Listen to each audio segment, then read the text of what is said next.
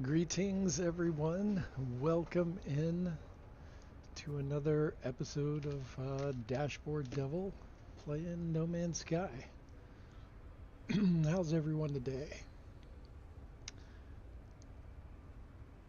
Welcome in Zesty, Scott Rents Repeat, Gunboat Willie, Double Tap. Who else is here? Yeah, that's it. Thank you all for coming in. I appreciate it greatly. I hope you can hear me.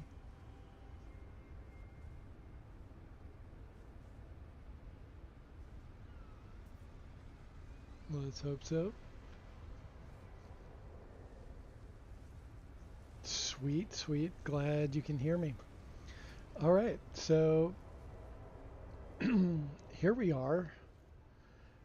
This planet right here, while it's not my very first planet that I started at, I have no idea where that is. I was hoping for cross save to be already available for me. I missed the first beta window. I was hoping that cross save would be available so I could dig in the game files and find where my very first PlayStation planet was to see what it looks like now, because it's gone through a couple of changes by now. And the game is so much different than when I started playing 7 whole ass years ago. But so is this is the last planet I was building on when Origins was announced. So I was happily out here learning how to build on my PlayStation account. They announced that Origins was going to reset everything. And so I basically, at this point, I shifted over and started a PC account while I was working on this build. Unfortunately, I deleted a bunch of my earliest builds, but they were just prefabs and not very interesting, I must say. We all start out just, figuring stuff out with prefabs, seeing where it can take us, and then we learn stuff along the way. And my journey was no different. I started out with the prefabs, and like I said, unfortunately deleted them. Wish I hadn't. Um, on my PlayStation, I still have outposts in a lot of those same places. I just um, deleted the bases. So this originally was just an amazing, lush paradise planet. It was the first one that was just super, super nice, and the first Earth-like one that I'd ever found. And I was all excited, so I started building this base that you see here.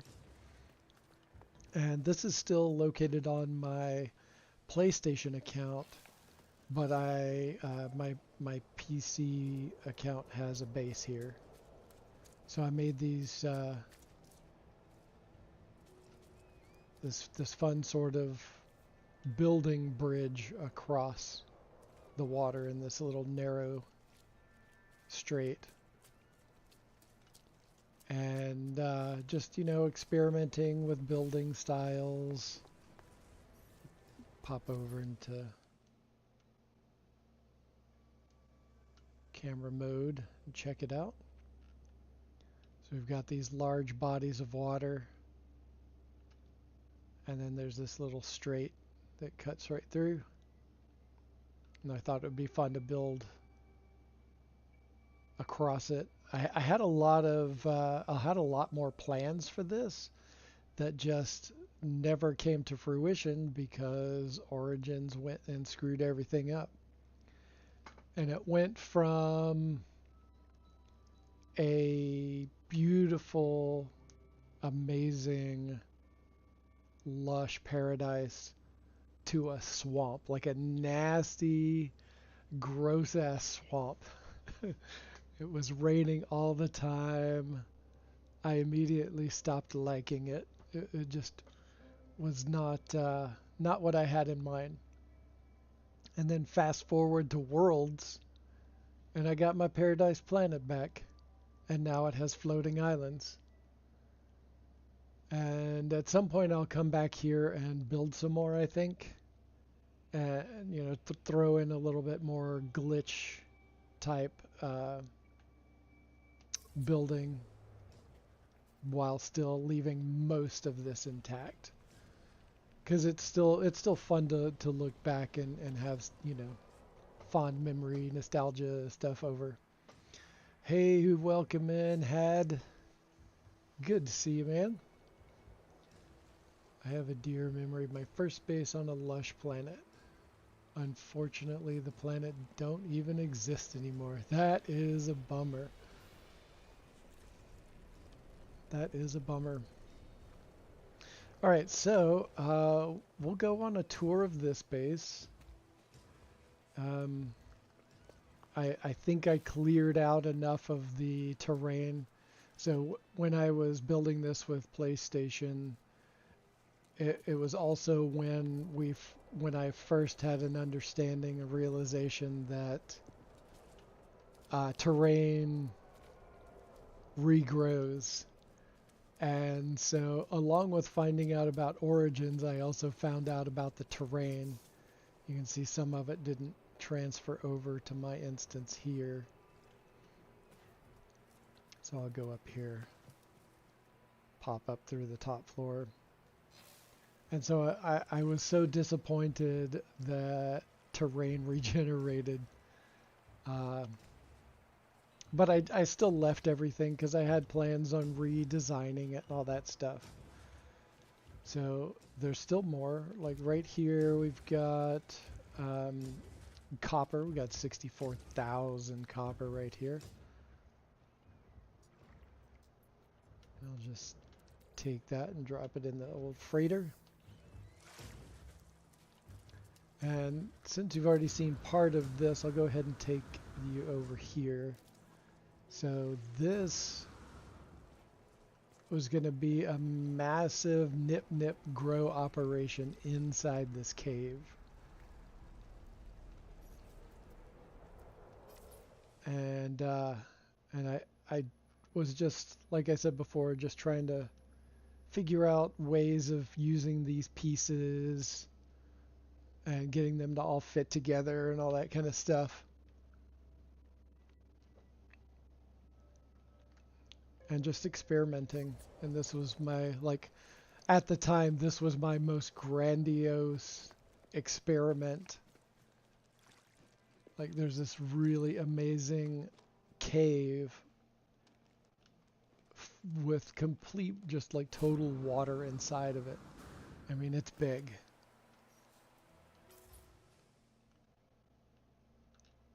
And I was like, man, what could I do in here? This would be really cool to build just like a giant nip operation.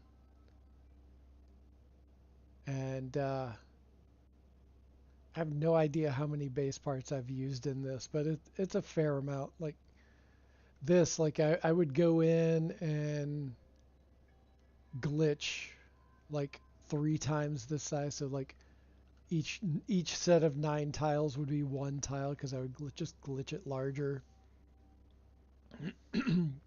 Yeah, Scott, it was going to be one hell of a massive nip operation. Yep, grandiose experiment.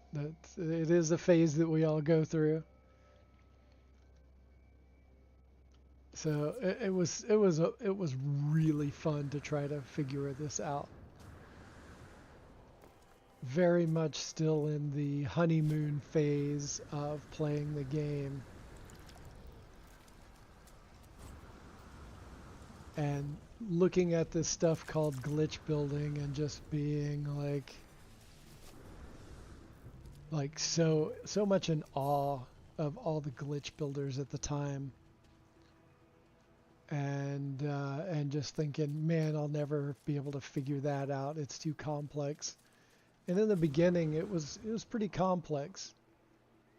Oh, and as far as like the terrain regeneration, like when I found out that that was a thing, this entire area, I had flattened it out, and I was building like all of the Exocraft summoners. I was building this whole thing right along here, where I could race my Exocraft all over the place. Found out about regenerating terrain and just put it all back myself so it wouldn't screw everything up. Hey, Rev, thanks for dropping in. Good to see you. Thank you on the congrats. So, I built this right here because I kept running my roamer right off and into the water. So I built a little buffer to keep it from doing that so easily. And so back over there was copper. Now I've got nitrogen.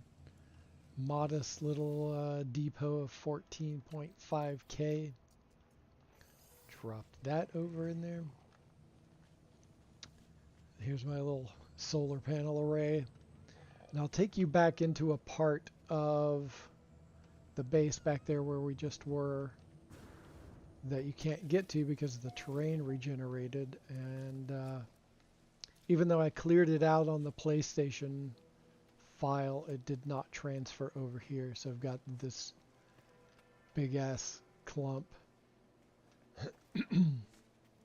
But this is still, for the most part, maintained. I built this little vault that has everything that I needed in there. Portable refiner, nutrient processor.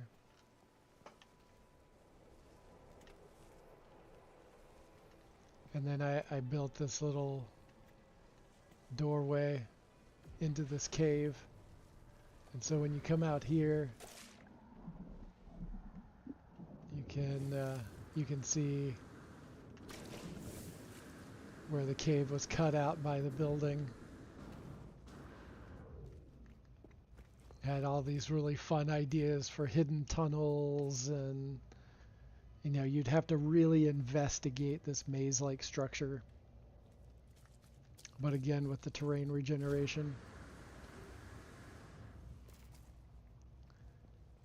And then I built this and a bridge going all the way across the water. So we're going to hop in.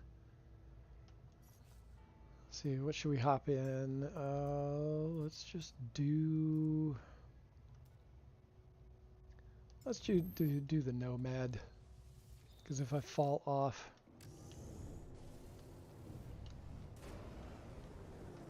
like this, I can just still skate across. Can I go under? Let's see if I can go under. Yep, I go under. I'm gonna redo my fuel.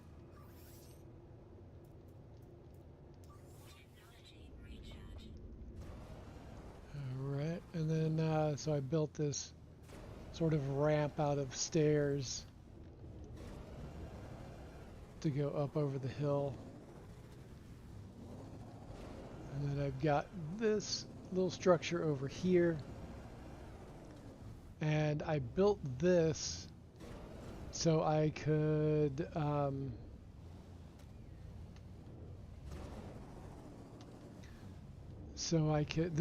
that is right at the edge of the 1,000 units mark. And so I built that so I could build this just outside of my boundary. So that was an ordeal learning how to do that.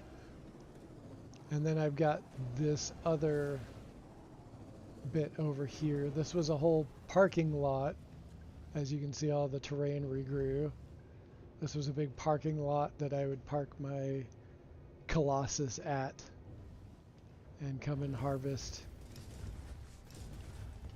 all of this magnetized ferrite. Not bad, just over 50k magnetized ferrite. So yeah, this was I was like super excited and trying all kinds of new things out. Then we heard about Origins and I was just beside myself. But I'm really glad that it is a paradise once again. Like, just, this is just gorgeous. Just freaking gorgeous.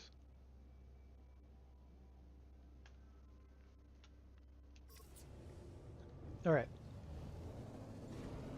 So that's where, this is not where it all began, but where it was really starting to get good, as they say.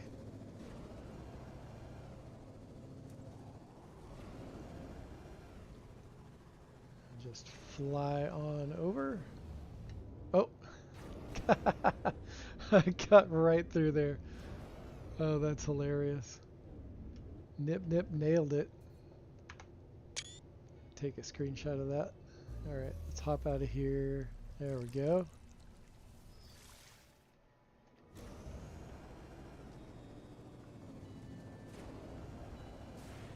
We will head back over and go to our next location.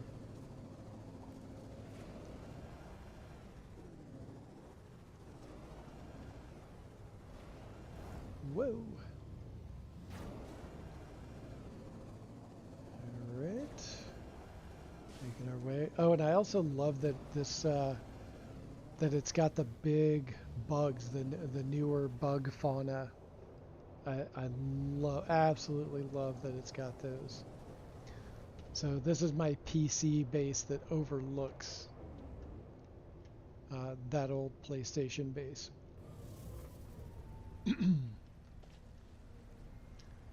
All right, so next we're gonna go, let's see, where should we go? All right, this is my first base on the PC account. Not the first planet though. The first planet on this account is still in this system. But this planet was so cool and had Diplo that I was just, you know, destined to put a base here.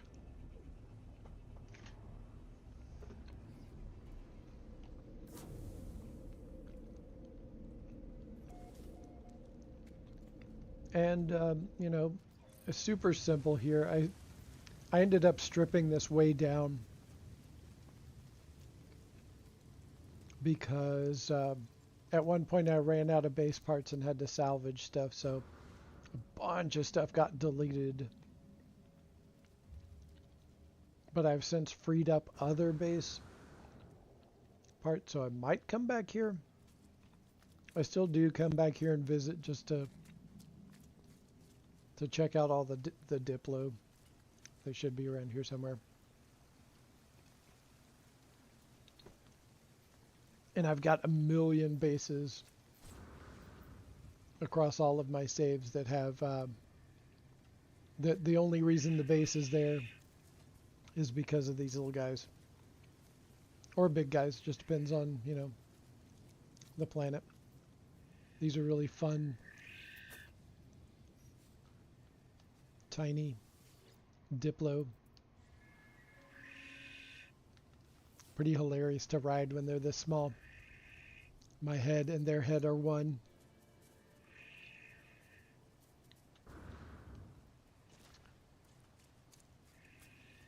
What did I name this? I can't even remember. Oh, it's just the regular.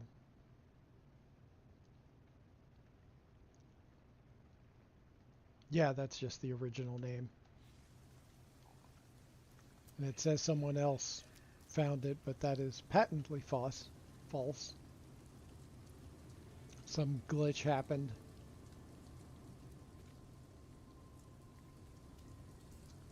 Here's my ship, Meatwad. This was my first ship that I found on the Glyph Exchange, or what did it used to be? Anyway, it's the first one I found on Reddit and went and just someone else found it and I went and got it. Okay, so let's go.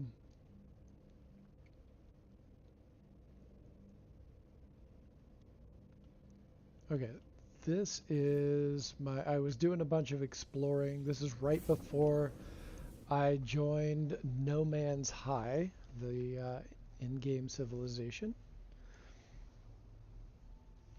And so I was messing around. I was thinking about joining up with the Galactic Hub Eisentam, but had a few run-ins with people there. They did not like me building a base anywhere near a portal. I thought that was ridiculous. Because look at this. It's just freaking cool. I was glad that this didn't get messed with, because this is a really wild planet.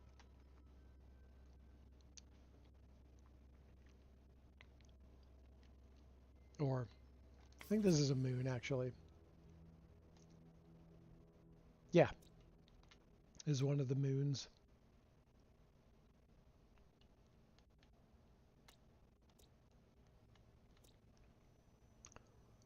And let's see, what else is here?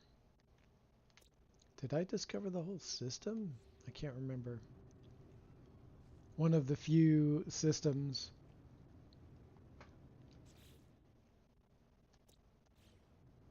Dang it.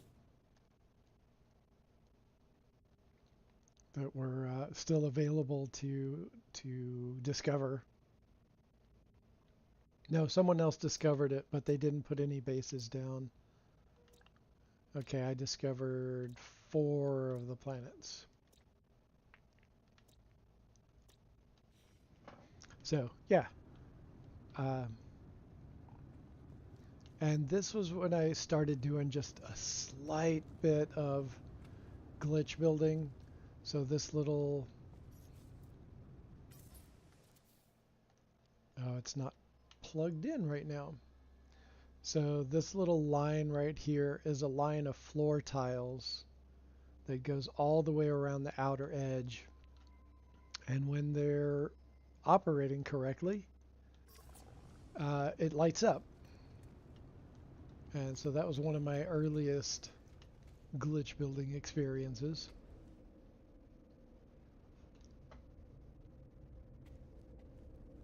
Yeah, way too much gatekeeping, Scott. That absolutely. That really turned me off of those communities, that and run-ins with a couple of their leadership. But we won't get into that. Suffice it to say, we had differing views on things. But I like this idea of having this big, dark, brooding base over a portal. You know, and I wasn't obstructing the portal. They still kind of threw a hissy fit about it. And so I was like, you know, this community is not for me. So I went my separate way. And so there's this whole lower deck underneath where all the landing pads are. And again, I had big plans for this, but ran out of base parts on this save, and I just never got back around to finishing it out. There's a little bit on the other side. I did have lots of refiners all around.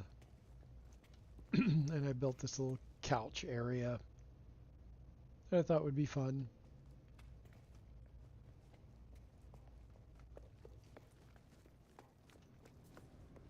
This was well before color glitching of tiles and stuff like that. Alright, so one of the things, here, let me show you. I love all of this right here. Oops.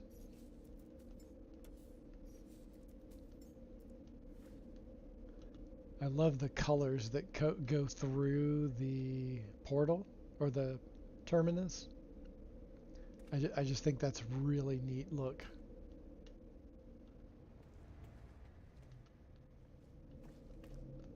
Alright. Oh, so the base is called Snake Plissken. And you know that name if you've ever seen Escape from New York. And I called it Snake Plissken because of this one fauna here. Let's see if I can find it. It's around here somewhere. There's some other cool stuff here too, like the Triceratops or Quadriceratops. And then this big old beefy boy right here. It's a unicorn! Alright, where is the other creature?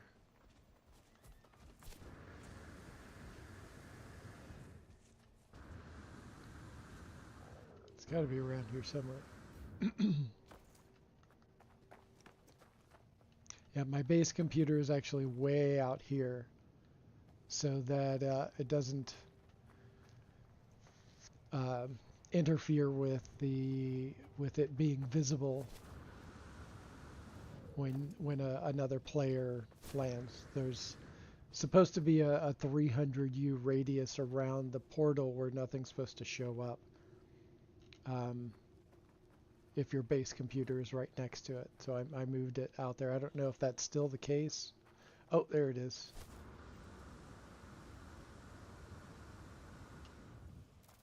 Snake Plissken. And so where's it?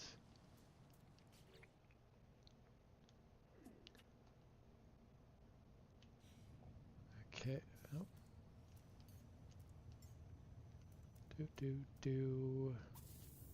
There.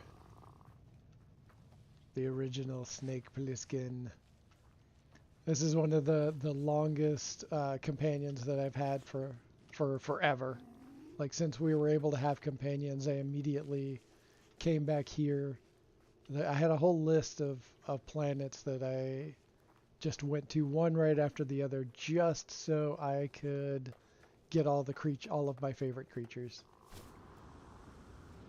And this is based on the original genetics, but just a different color than the original.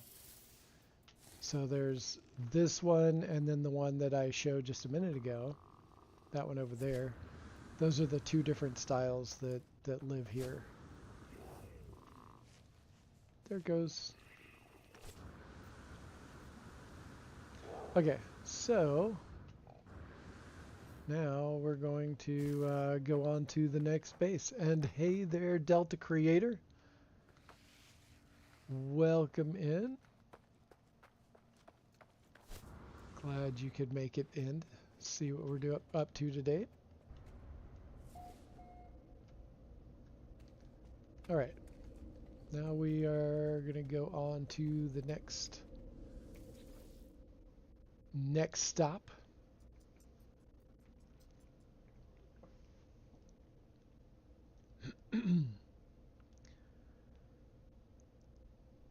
Alright. Let's go to here.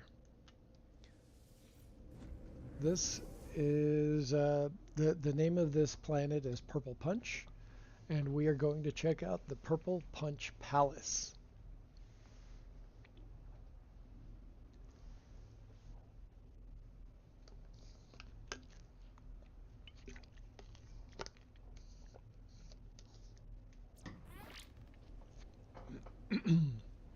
And this used to be a lush purple bioluminescent planet that unfortunately turned into this.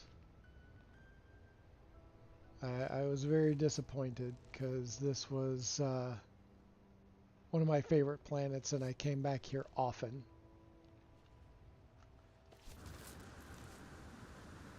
Built this over the top of the portal. And all of these giant nip-nip plants all around. It seems really spooky now. It's like this haunted nip-nip forest.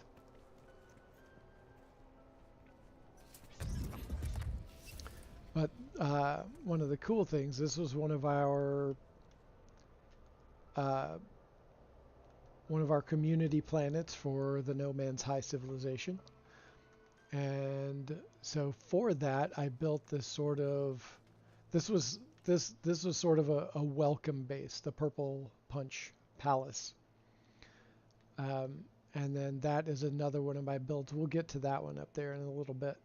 That's on the PlayStation account. And so I built this fun little entry to No Man's High. And it went like, this isn't terrible. I mean, it looks kind of cool, all the orange and golden colors. But it used to be purple and lush, and it was very disappointing to see all of my bioluminescent grass gone. So this was the greeting that everyone sees when they come to this planet, No Man's High. And here's what this all looks like during the day. It's still a lush world. It just has some really bad chromatic distortions. Sometimes the distortions are a good thing and they accentuate a planet really nicely, and other times I feel like they kind of detract. And this is one of those times where, like, it has some cool elements to it, but I just miss what it used to be. And so this was sort of like a, I don't know, like a recreation center when we would do events here in No Man's High. And we would come in, hang out, in chat, run around. There's lots of little seating areas. And again, this is before I learned how to really glitch build. Got this little apartment that I built.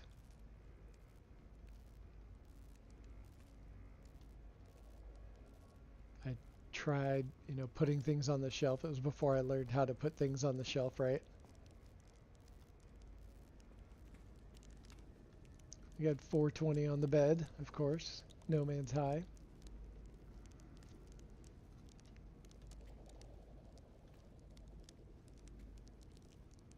And then this was my first crack at a bathroom.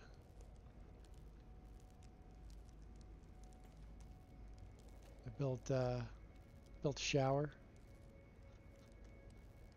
Little shower stall. I had a tub in there at one time. I don't know what happened to it. I might have taken it out. I can't remember. And here's my first toilet.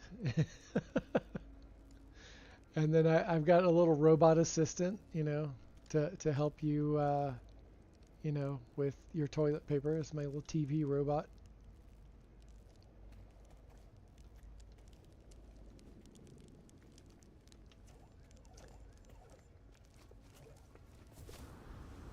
Built these. Ooh, yikes. Fuck out of here. And we've got the rooftop up here.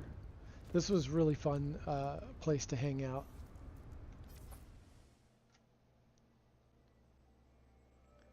And we can see an aerial view of what it looks like. Lots of seating areas, lots of nip all over the place. And then we had one of our members was a stand-up comedian in real life. And a couple of times or I think it was just once at this one, he performed a stand-up routine right here, and we had this massive Discord turnout. It was also being live streamed on Twitch. We had a ton of people in here, in game and in the Discord. It was, oh man, it was such a blast. And then, yeah, so that's the Purple Punch Palace. Now we're going to go next door, and this was my first ever glitch build. And the interesting thing was that I started building it the old-fashioned way, like the earlier glitch building techniques that required a massive amount of what do you call it? It was a massive amount of like scaffolding.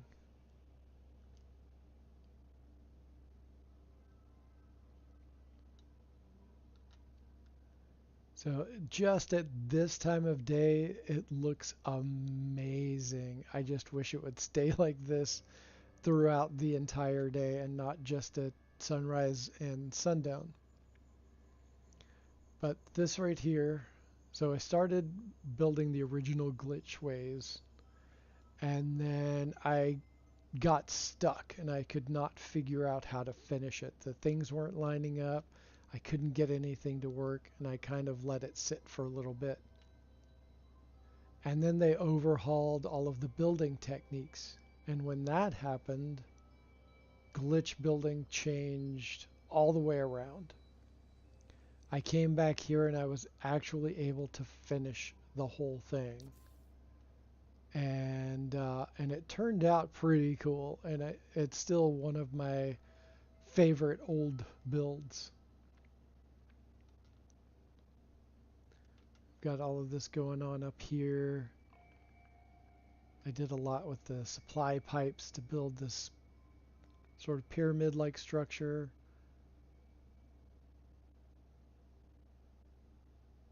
And this dome, that was all built with the old style of scaffolding that I learned, as many of us did, from Beeblebum. And what this was to be, or what it is a garage for Exocraft. And so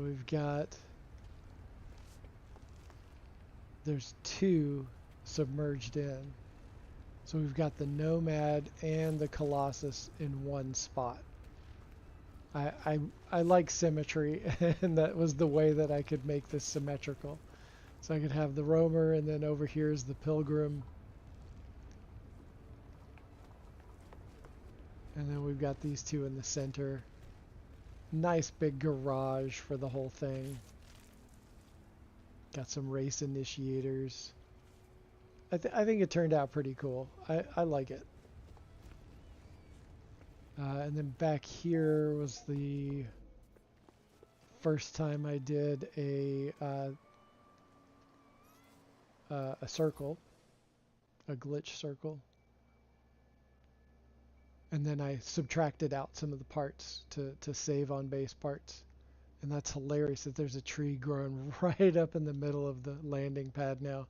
That was not there the last time I was here. And of course we got all the legacy parts. We've got this little back room that has all of these parts for Exocraft. Tires. Cylinders. Those kinds of things. So yeah, this was Oh, this was a blast putting together. I had so much fun trying to figure out how all this would work and yeah.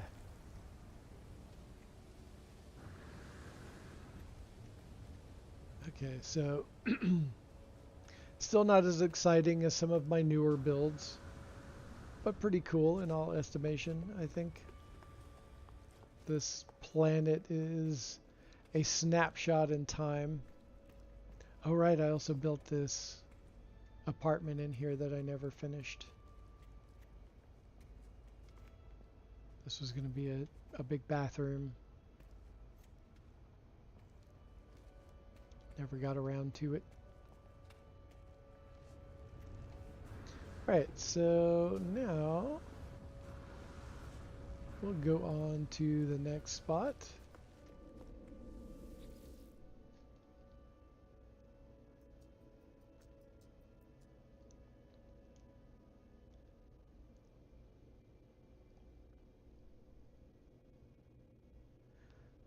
Okay.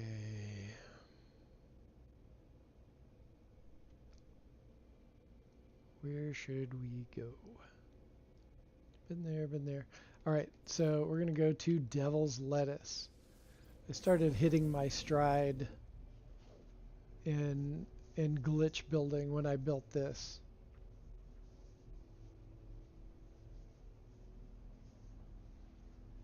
And if you have any questions, or if you want to like set up a base on any one of these planets, if something looks cool, let me know, and I'll show you the glyphs, and you can check it out.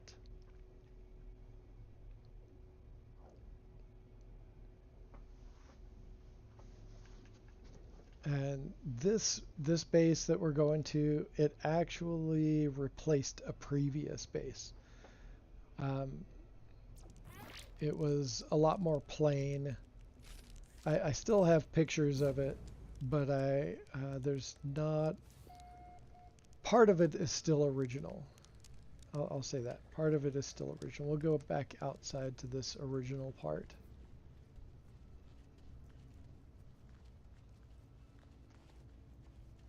It's a pretty sprawling base. And here's our landing strip. Oops. There we go.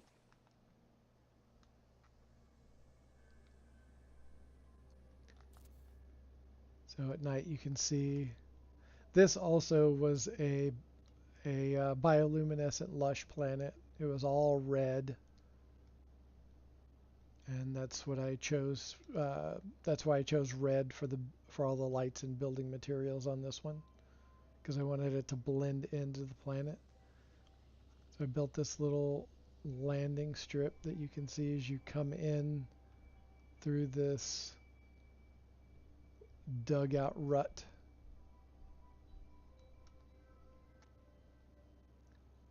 And I made a video for this one that's loaded on my YouTube channel.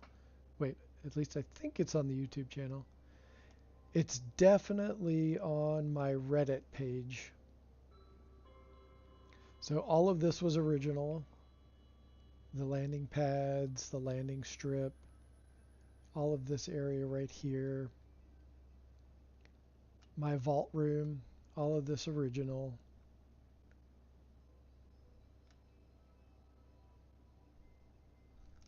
But this structure right here, this I built later.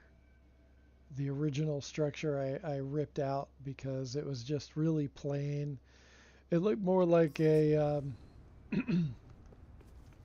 it looked more like a drug dealer's mansion than it did a No Man's Sky base. It was kind of funny. Let's come out to the front so you can see what that looks like.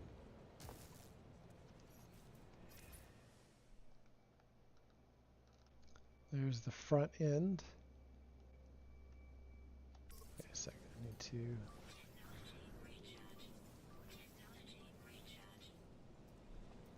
fill up my health meter so it gets rid of that red cast. There we go.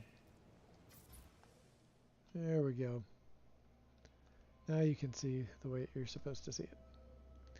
Built this sculpture, this little art sculpture.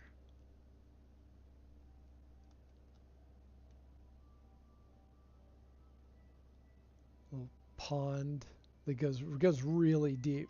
There's a massive system of underwater caves in here.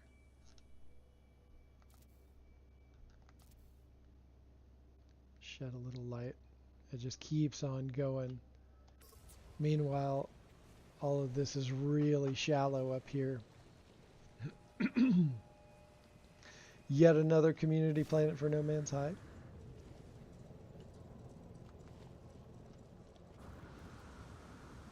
I had a ridiculous amount of time and a lot of frustration figuring this one out.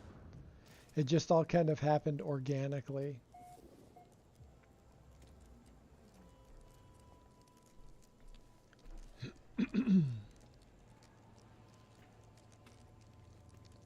And it's all multi-level. We've got all these little storage crates and weapons on the wall. Appearance modifier. There's the little doorway to the vault room.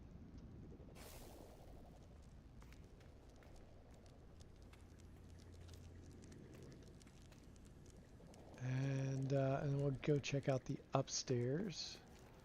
Got this landing pad right here. This took me a minute to figure out how I was gonna make a walkway from upstairs to this landing pad, which was already here. This was part of the previous building. And then still have a way to come down like that. It took me a minute to figure out. Really need to come back and finish putting all the decals up.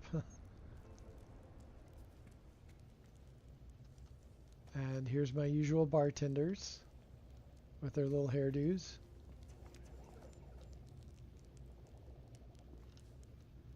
I think, let's see, Beeblebum visited this one, and I think Enra also visited this one. A few other people too on streams. This was a fun glitch stack right here. Putting all that together. There's a tiny holographic room projector. Then the holographic globe gadget that's expanded while that room is small. And then all inside of the watertight door. Came out really well. More giant nip.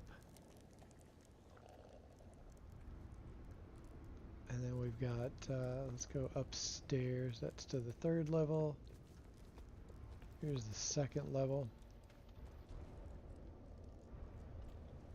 And the 2nd level, you have a little viewing rail that goes, you can see all around downstairs. Another bar with more bartenders, different hairstyles here. Oh, and then that right there. That's one of my favorite features, I think, is this wall. There are so many sodium lamps here. It's ridiculous.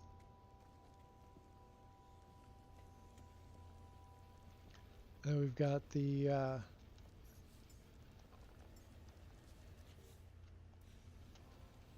watchful protrusion hanging from the ceiling, sort of like some kind of twisted chandelier. Giant base terminus. And then we've got a little chill out lounge for imbibing with the nip.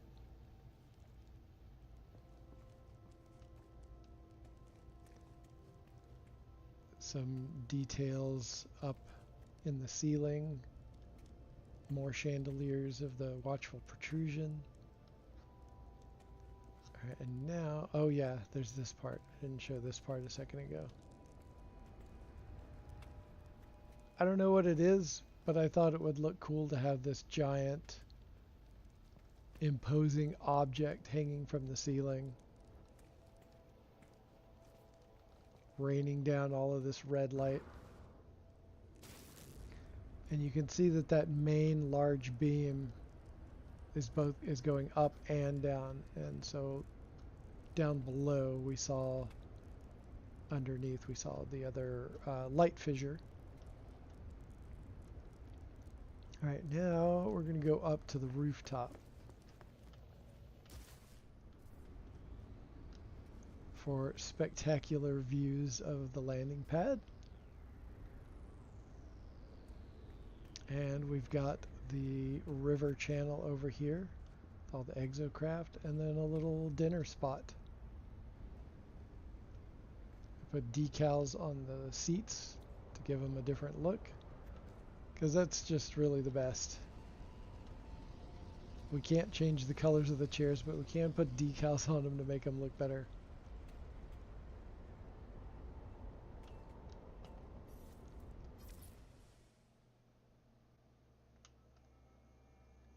And there we go. That is the Devil's Lettuce. That's what I named that base.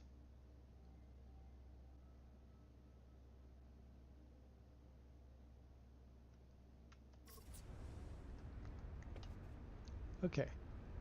So now we can roll on.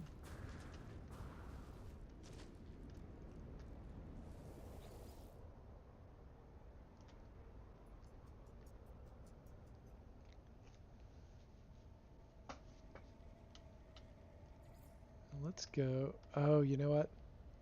I've hardly shown anyone this base. Let's go check out Sorbet City. Thank you, Zesty.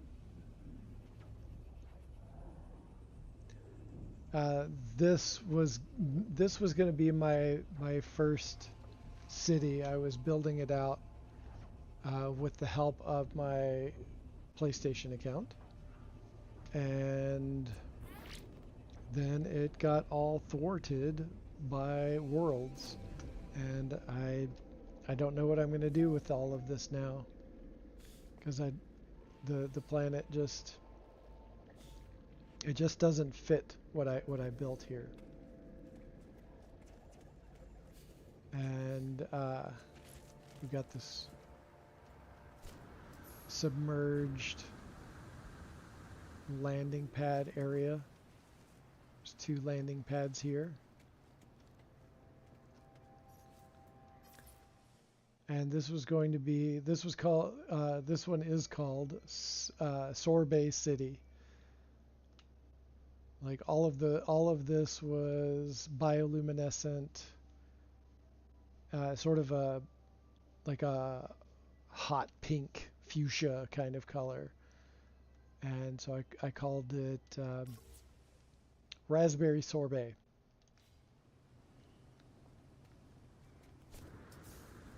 And this was Sorbet City. It's still a fun build, and I still love this build, but I might break it up and put parts of it in other places. Oh, here we go. I made a giant nip-nip tree out of giant nip-nip bushes and a whole cluster of the Wizen stump.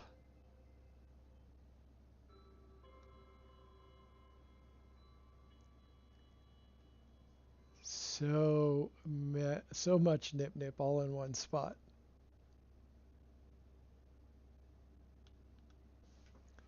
Yep, that's right. That was Devil's Lettuce. Hi, Shy Guy. Welcome in. Thanks for joining us today.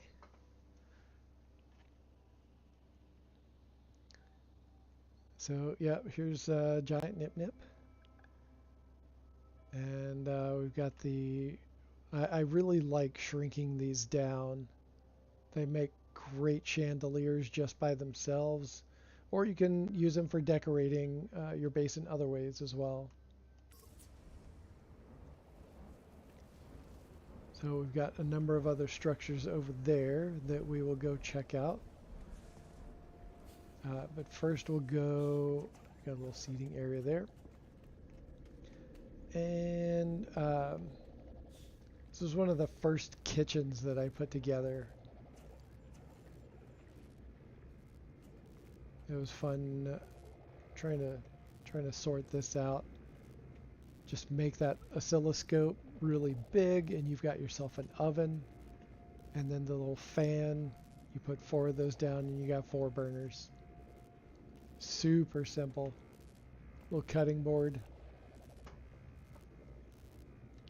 Thanks, Joyroth, and welcome in.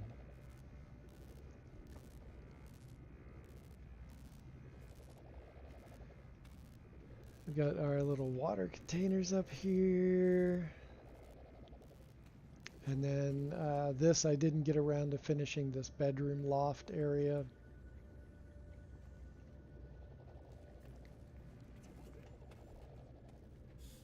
Giant bubble vat.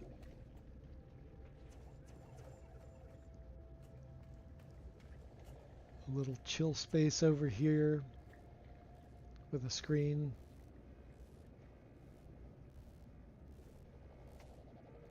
And then I've got color-coded short-range teleporters. Hey, Andre, welcome in. Oh, thanks for hopping in for a quick stop. Yes, they're very important. Things are very important. Indeed, they are. All right, so this one goes down into the cave system below. I was starting to build this out. Oh, look, check out that fauna. I was starting to build this out when everything changed. But the barnacles up there and the little mushroom discs. And then that goes right up to the landing pad area. We're going to pop back up. And let's go here. And this is... I forgot what I was going to call this building. Did I... I think I put... What does that say? Message module. What do you say? Oh, I thought I left a message there. But I forget what I was going to call this. But this is where the Exocraft summoners are, and these are all shrunken down. So that's a tiny Colossus, small roamer, and that other one. My brain is just not with it today. And we've got this building right here, and so there's lots of carbon in there. I was going to put other resources for people to pick up. And this was just going to be a really cool house. And so this, like I said before, this was a bubble lush world. And there were all these giant bubbles that would hang out right here around this building. It was super cool. It's grown up a little bit. I think the entire structure, like all of the structures here, dropped down just a little bit. They were all just a little bit higher than this. And then here's the road that I made. Oh, and the other part of the city from my PlayStation account is not showing up. That's a bummer. I was hoping we'd be able to tour that as well. Well, maybe another day.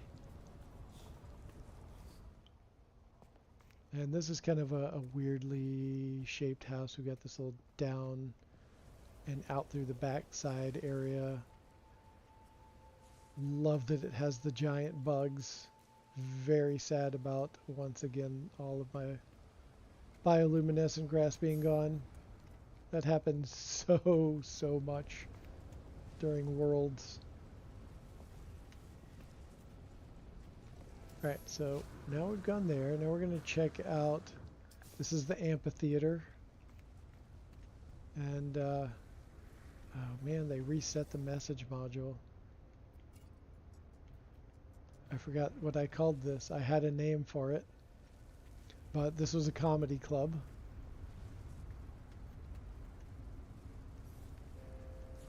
And we did have our in-community comedian that we had performing at the other venue that I showed earlier. Also performed here.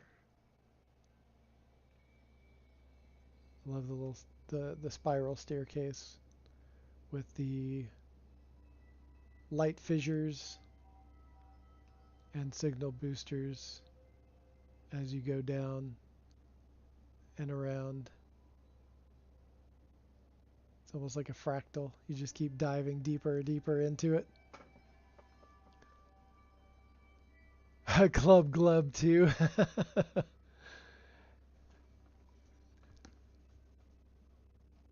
How did I light up the stairs? Which stairs? Oh, were you talking about the ones inside the cave? Joyroth? Are those the ones that you were talking about? And hi Shy Guy. Yeah, spawns tiny exographs if you glitch build those. Okay, so let me show you that real quick. Joyroth will pop back over there.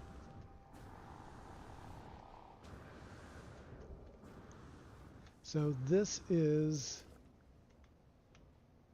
you can see that it's the trophy, whatever that trophy is called. And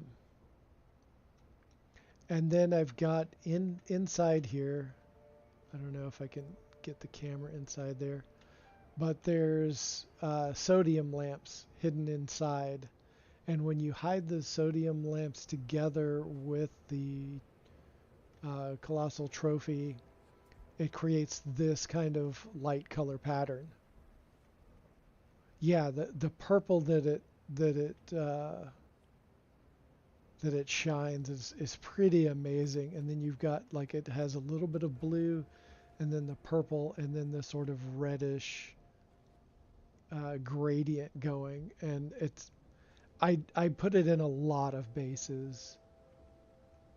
It makes for some really great lighting.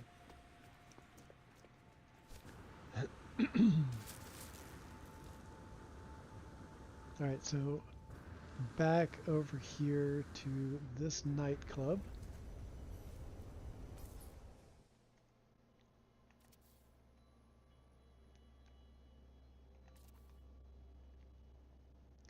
And it just has a weird, unusual shape.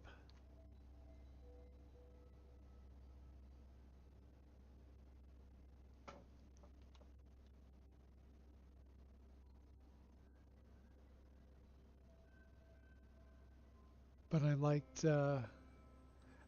this was one of my many experiments of, like, what is a different way I could take this? And so I created this little V trough in the rooftop, and then that made me able to do all of this.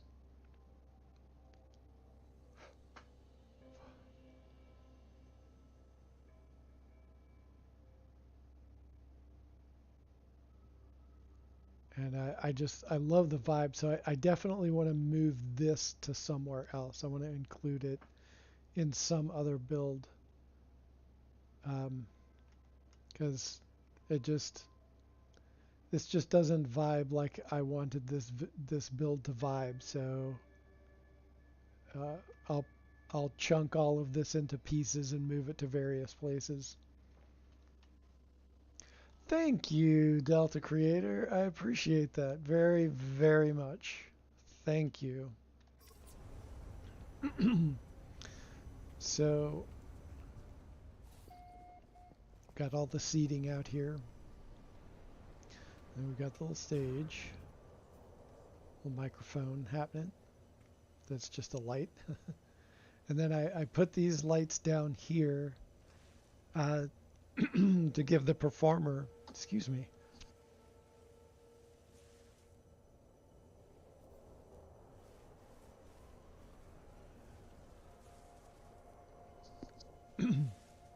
had to get some water.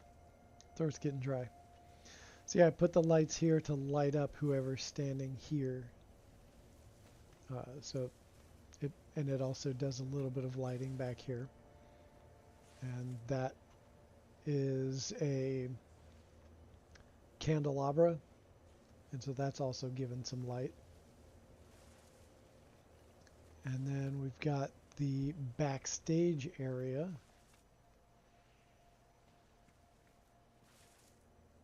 There's a couple little seating areas to overlook. Like way back there where that little yellow save beacon is the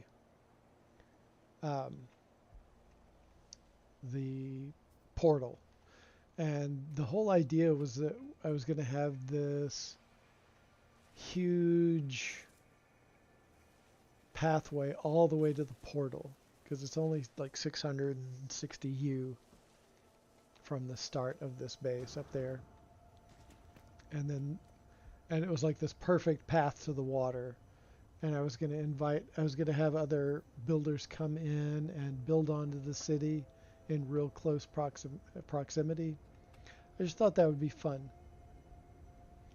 All right, and then we've got the green room backstage area that you have to cross the supply pipes to get back here. And it has a bar just for the performers and the people managing the club. And then this is where a server would bring drinks out to the people that are out there. But the people back there in the audience can't come back here because I don't know why. It just seemed like a good idea at the time.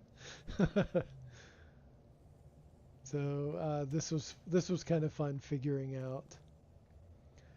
And I'll show you a fun feature. This one is like, if you saw my build Club Glub, another nightclub under the water, it also had this feature. And if you go in here, so first off, like that takes you back across to that main building over there.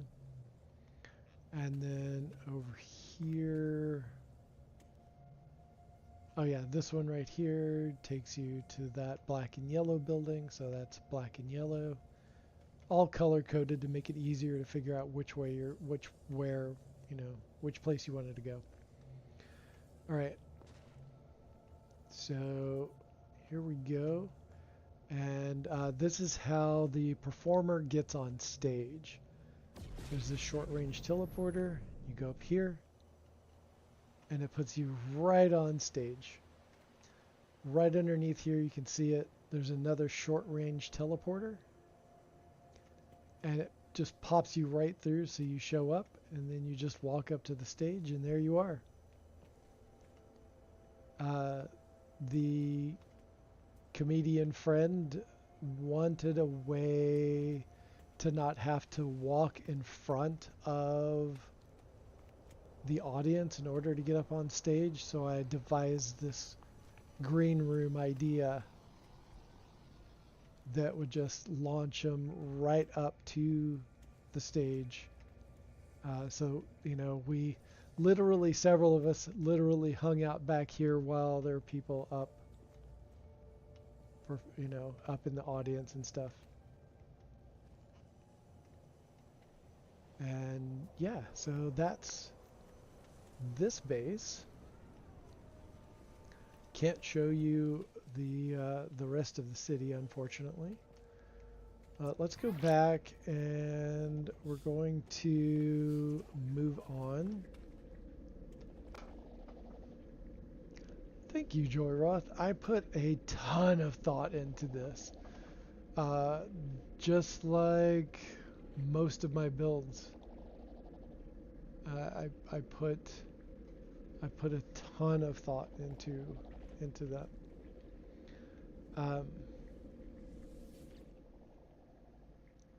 Like I really like look at all of the surrounding area. I, you know, check the terrain. I, you know, all of those things to determine what I want to do and how I want it to go.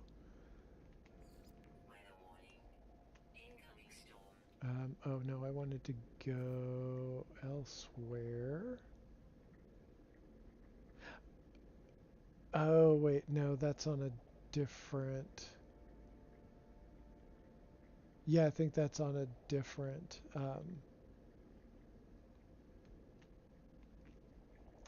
save file where I wanted to go. Yep. Okay. So we're gonna go and let's go over to Devil's Dream. I'm not sure if everyone here has seen it, but let's go over to. This is Devil's Dream. This is the first capital planet for the No Man's High civilization. And there's not a lot of glitch building in here. This is more of just like a free form, I call it a free form art walk. And it's just a lot of parts thrown at the wall just to have this chill vibe. Let's start off going out front. Got a storm going on right now. While we're here, let's go into camera mode, because I love doing this during storms.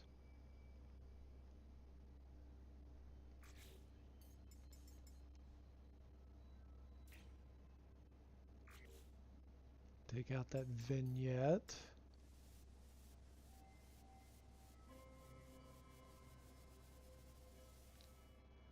And let's see.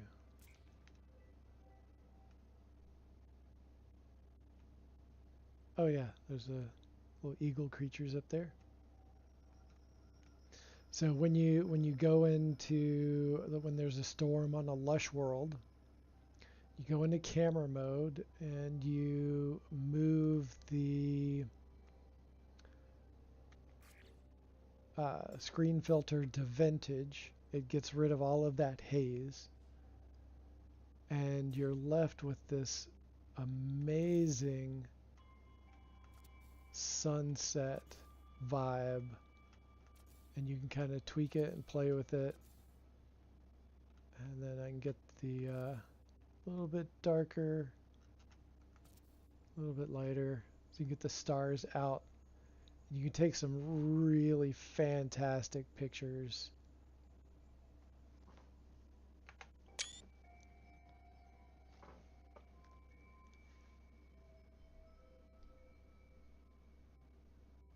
All right, Christy, on your way home, lurk away. Let's see if we can take another interesting picture.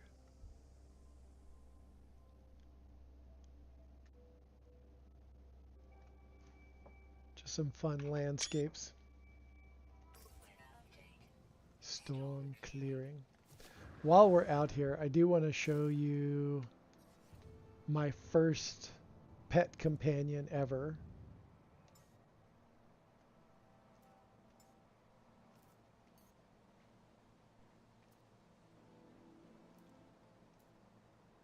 And hopefully she doesn't crash the game. This is Trinia. So this is her original genetics. I can even point you to the correct planet. Probably needs to be fed though. A little bit, not much. This was back when you could glitch pets way larger than you can now. I mean, you kind of can now, but it takes a lot. It's a lot more effort, and you have to save edit it. But look how huge she is. Way larger than a portal.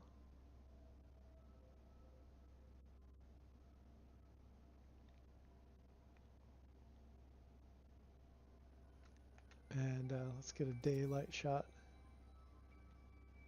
Like she's taller than the steam that goes around the portal as well.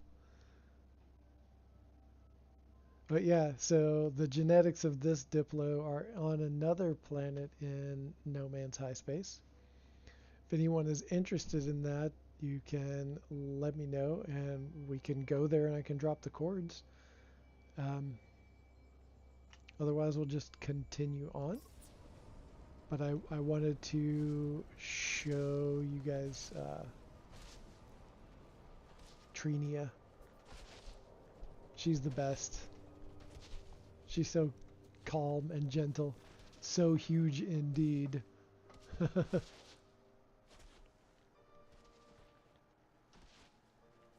So quiet. Lumbering quietness. Alright, so I should dismiss her, otherwise we'll see her stomping through the base while we're trying to check it out.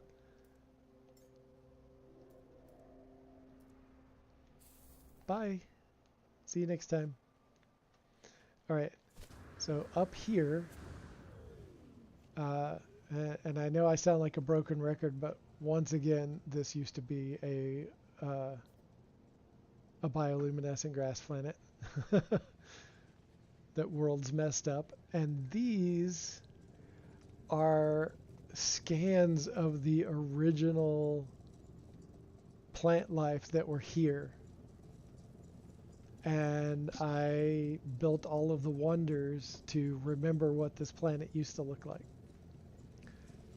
Sort of an homage to the history of this planet, and it's wild that I just happened to have scanned them all. The original intent was to have them on other planets at other bases, but now they are a memorial to what this planet used to be. So that is kind of fun. So like the Purple Palace that we saw earlier, I built a welcome sign since we are right next to the portal. Built a welcome sign for people to see when they first enter up here. And let's dive back in. We got some giant lit up nip plants. They look great with the sodium lamps and the bio lantern kind of buried in there. They just have this super just chill glow about them. It's like really calm Christmas trees. Why am I waiting for the head to detach and fly off like something from Star Trek? Because that's the saucer section. You know it's the saucer section. Totally. Absolutely.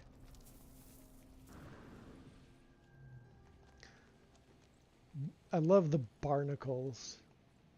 They put out some fantastic ambient light. Natural cave mushrooms mixed in with the build mushroom that we've got. And then here's so this is kind of like a Nip Nip Therapy Center kind of a place, and they've got a little front desk, and you know, you get all your nip nip along the way, you know, and you can chill out and wait for your friends. I think I've got all of those decals up to date. So yeah, I've got the little reception area. This was a fun little glitch stack.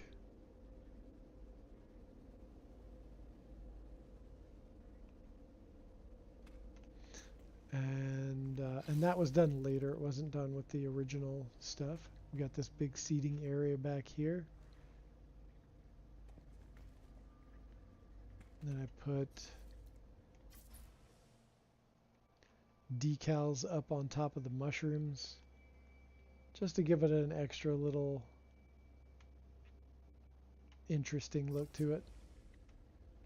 Got the blob on that side, and we've got that. Oh, funny. That used to not be there. That's pretty hilarious.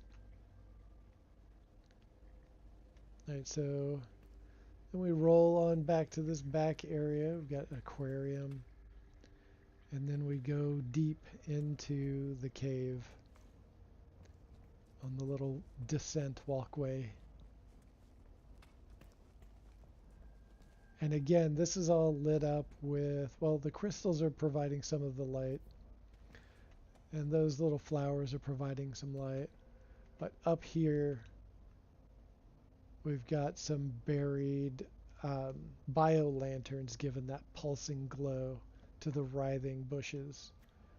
And then the anemones that are slowly moving and also affected by the bio lanterns. It is all about the nip nip we found along the way. Absolutely the truth. And then you open up into this big cavern.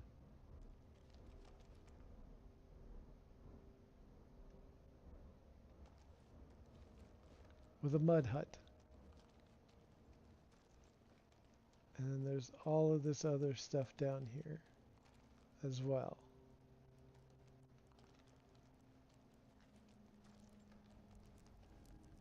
Got all of the vines, the little hanging vines in this cave are fantastic. So a little history about this base. I have rebuilt parts of this like 4 times. Every time they've changed the terrain inside of caves, I've had to redo whole sections of this. The overall shape of the base is intact, but all of this terrain inside has had to be redone. Nip Nip Land. Yes, why not? Yeah, but I love the vines that came along with this one. I'm not too fond of these like giant poop rocks. Not a fan of those poop rocks. It used to be all mushrooms in here, and that was pretty fantastic. Some of them came back, but most all of the mushrooms are like I put them there. Oh, you're new. Huh. Alright, so I've got this the first floor of the mud hut. Little seating area with a fireplace. Little dinner table. And then we've got the kitchen up in the upper level.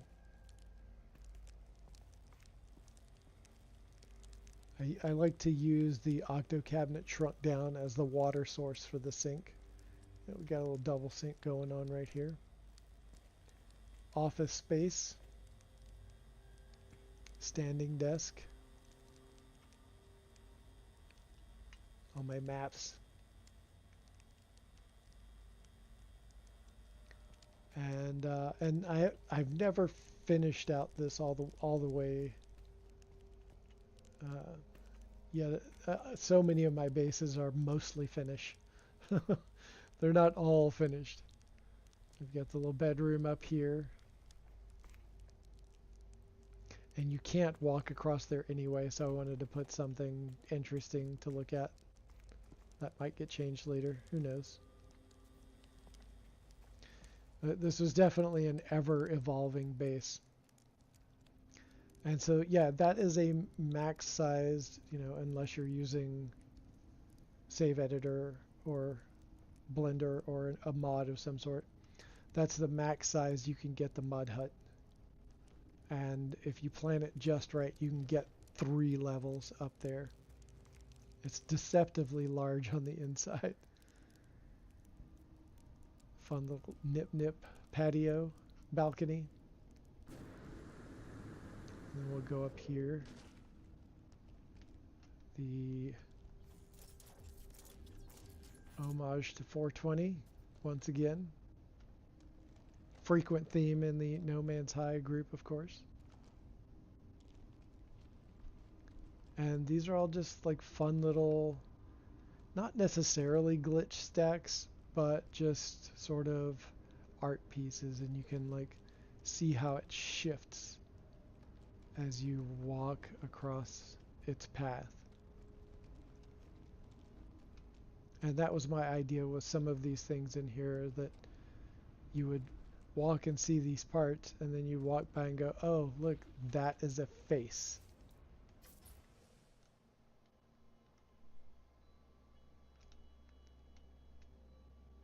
Look, it's like the shape of a head and everything. Mud Mansion.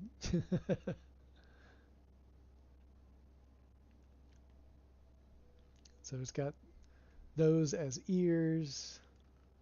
It's got its mouth right here. This was kind of a pain to set these in here, that they were remotely, you know, correctly placed. But I do like that you can look and it's like an inverted face.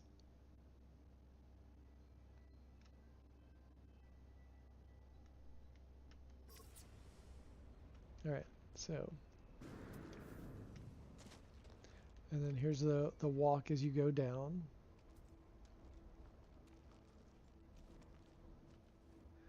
This I had to, I put this here because it was impossible to walk through here. So I had to, this is like a big area of terrain edit for this base. Without putting the walkway here, you just couldn't walk through here. You'd have to clear it out every single time. And that was a nightmare. Got a writhing bush cube. There's, I think, 3 writhing bushes in there, all kind of glitched into the inside of the cube.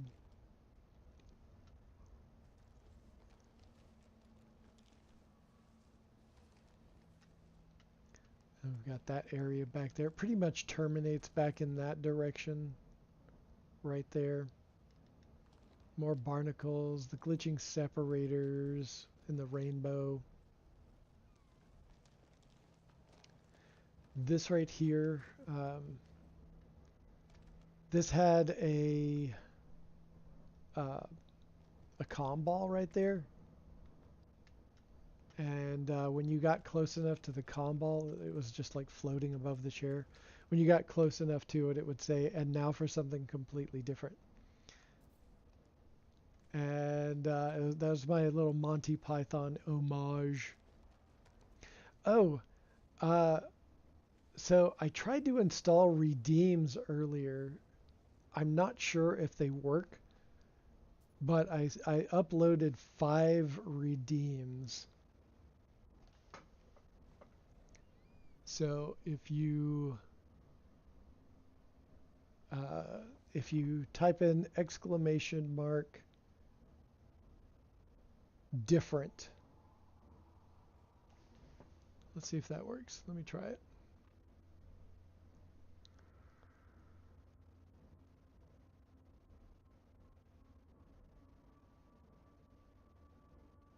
Let's see if it actually uploaded correctly. Oh, wait a minute. No, that's not how you're supposed to do it. Redeem.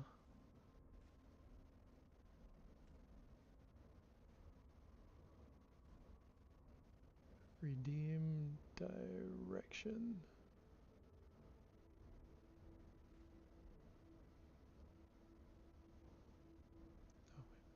Oh, no, not direction. Different.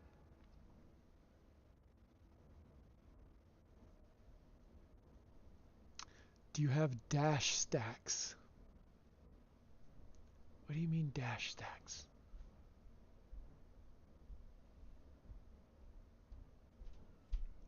All right. Is it actually going to play?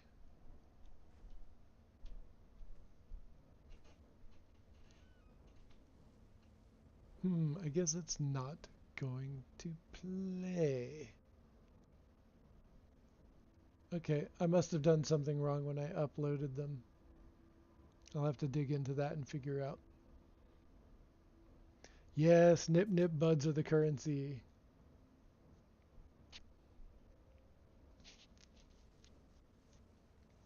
Nip nip buds are the currency. All right, back to here.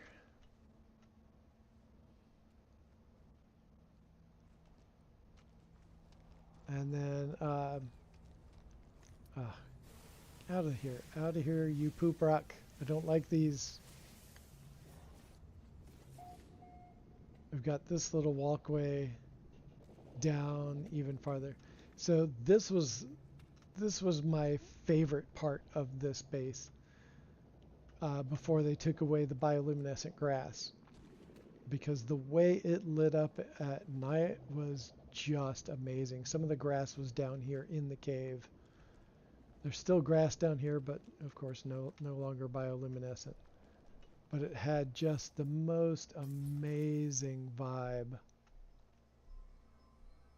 And so there's all of this up here, and of course the mushrooms would you know, glow occasionally. And then at different times of the day, it would just have this amazing color spectrum that just isn't here anymore. But it's still pretty cool. I still love this base, absolutely. It doesn't really rely on what the planet used to look like. So, so it's still a really fun base. Yeah, the caves are pretty cool. Yeah, when you find one that has a little grove of trees and the grass from up above in it, it has this magical vibe.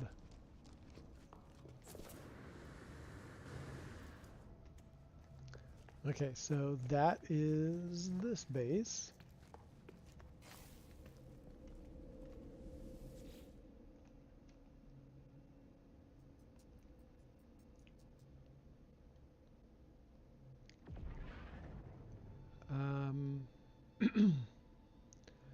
Okay. This is just a really simple base, again, before I really learned how to glitch build. But it's a fun runaway mold base.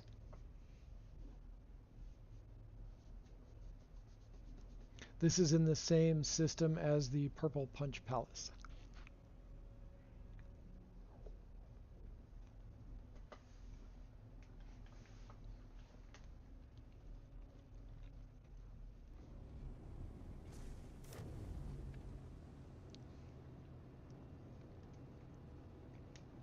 And here we are. Built this little refiner area. I used to have two runaway mold bases on this planet, but that was before I found out that only one would show for people. That was a real bummer. But you could come here. Oh, I've got the decals on that one up to date. You can come up here and just shoot away. And they all rolled down. I built this little catcher, so they wouldn't just run all willy-nilly down the hill. Why is that glowing green?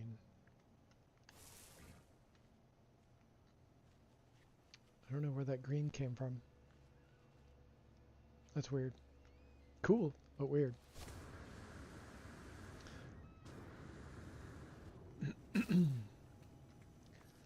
And this planet is called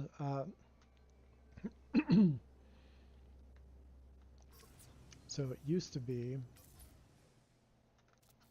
oh no, okay, that was another chromatic filter. So this is called Blood Orange Kush because it had that sort of blood orange look to it.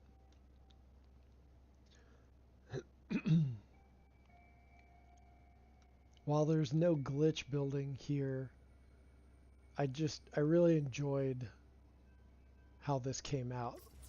It's a really simple structure, but it's just nice. It's just nice. Got the base computer underneath,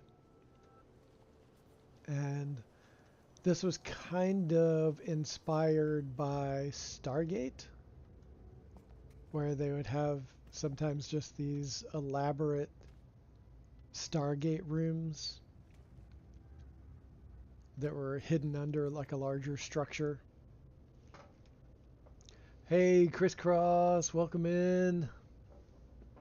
How's it going?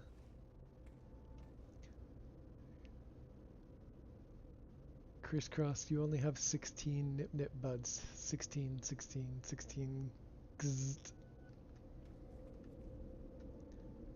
So yeah, I liked having this sort of Stargate room, so to speak.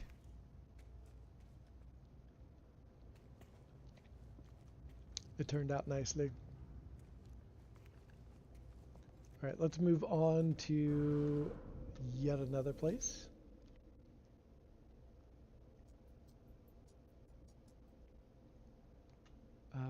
Where should we go?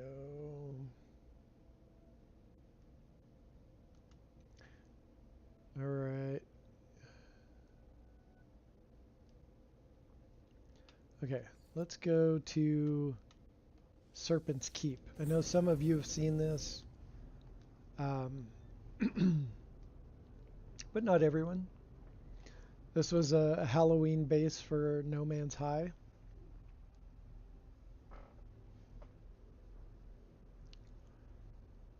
Oh, I was not aware of that ship theme build with Heavensburg. I was not aware of that at all. That might be fun. I think there was... That's not the same one that...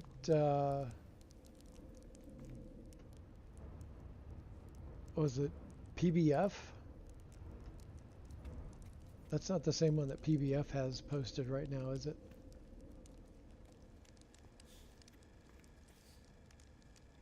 All right, so up into here is the bedroom. Oh, first, I should like show you the outside of it. Really, we should start out here by the portal. This was the welcome base.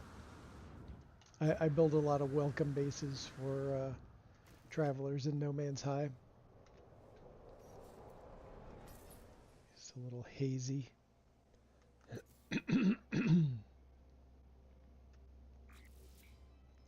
So this is the Serpent's Keep. It's actually best viewed at night. Let's do that. Oh, PBF doesn't like you. Oh, okay, the post is in DWT. Okay. I haven't stopped by there in a bit.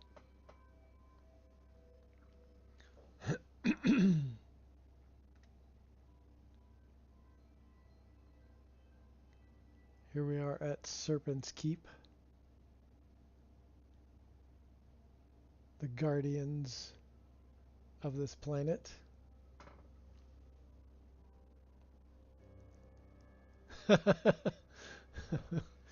Maybe that's it, Joyroth.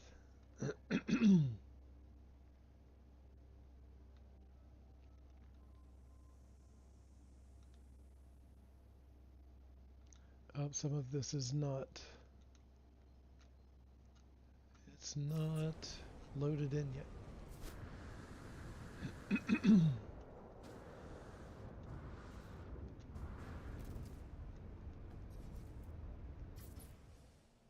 There we go.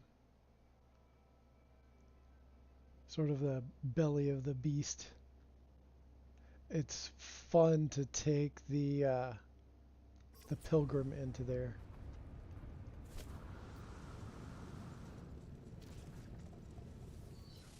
You have to be careful.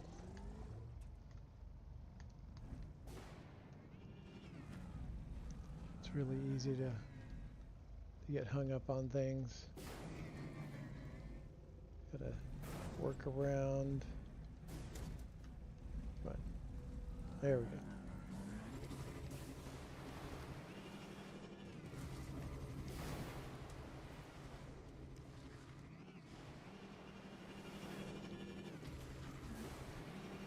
The terrain lends itself for lots of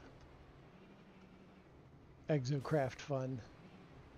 All these high mountains that kind of swoop in together that don't necessarily reach all the way down to the bottom.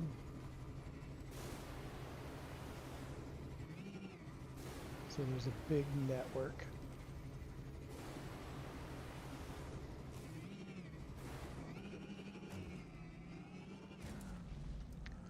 I was originally going to put a ramp up here, but I never got around to it. Oh. There we go. Whoosh. All the way down to the bottom. Boom! Oh, you're pretty sure it was the ego. Okay.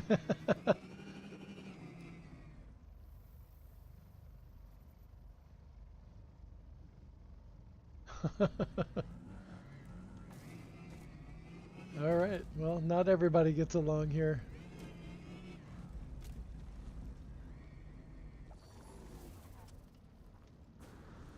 I'm in their group, but I haven't really done much in there. I get along all right with them as far as I know.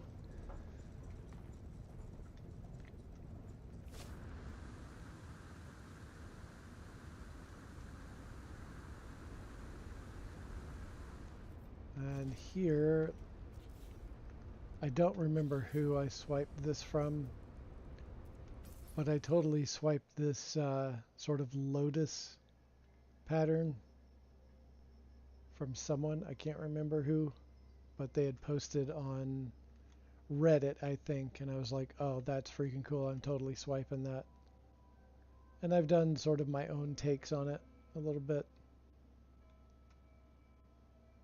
Tweaked it a little bit here and there, like you do.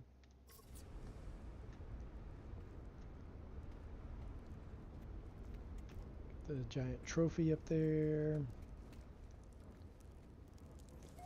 This was a later, I did a couple of overhauls on this one. While this was an early build, like I've come in several times and adjusted things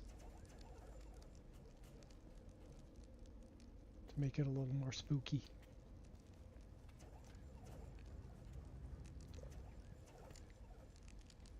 Just a nice fireside, nip chill space.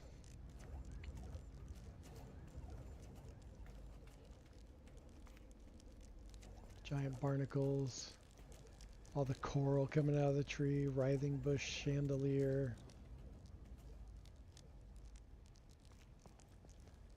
This I love. I absolutely love this wall right here.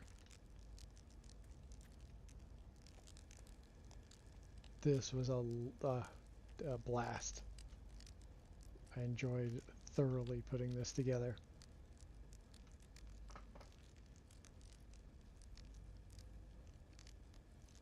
Hey, Gunboat Willie.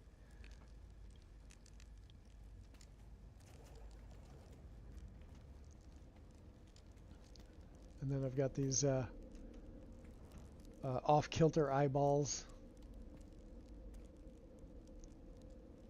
Eye walls.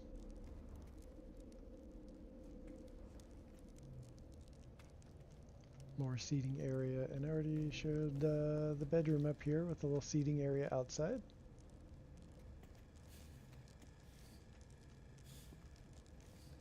Just always trying to, you know, get inventive. I think this was 3 years ago. I think that's how old this one is.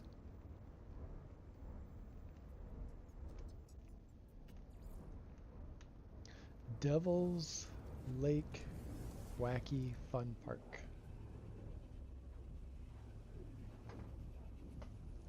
Hey, Chaotic Serenity, how's it going? 07 for a happy 7 years. It has been such a journey in this game, playing it for this long. You know, I wasn't a day one player, but I got here as soon as I could.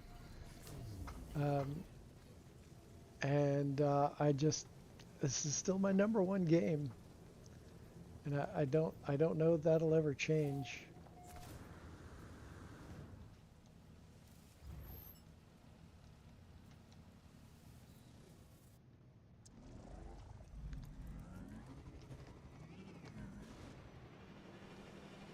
Got our fire ring of fire.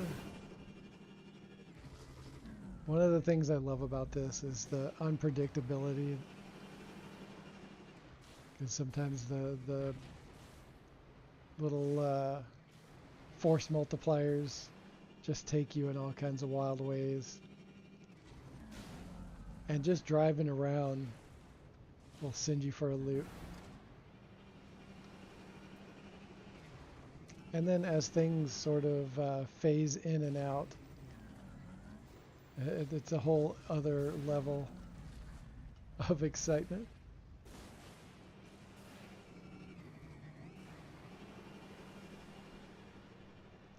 This was not a bioluminescent grass planet, but it did look a whole lot better than this. There's another lotus. So this will probably, there's so much fog here, I'll probably move various parts of this to another planet.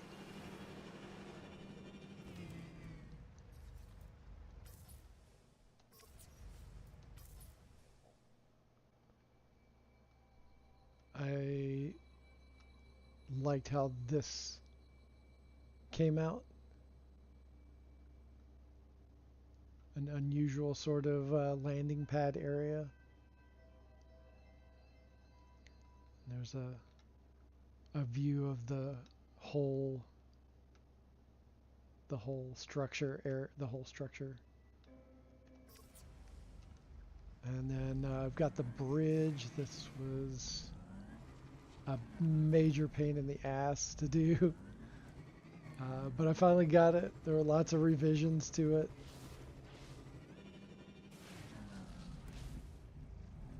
So much a pain in the ass.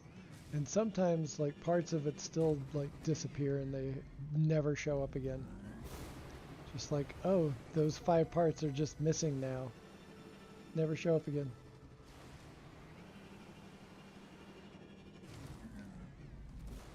When you have a bunch of people on this planet all together, that's when this really turns into a blast. It turns into a fantastic time. So it would be cool to make it again even better, and then have one of the like Friday night community nights take place on it or something like that. I think it would be fun for the wider community.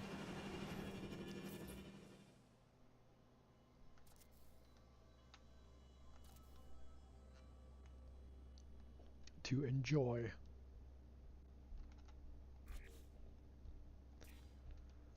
Let's see.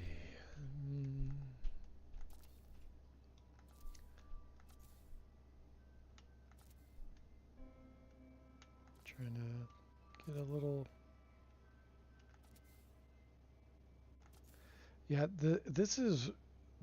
I've got an ultra wide monitor, and doing this part of photo mode is really tricky because nothing goes where it really should. Let's get rid of that vignette.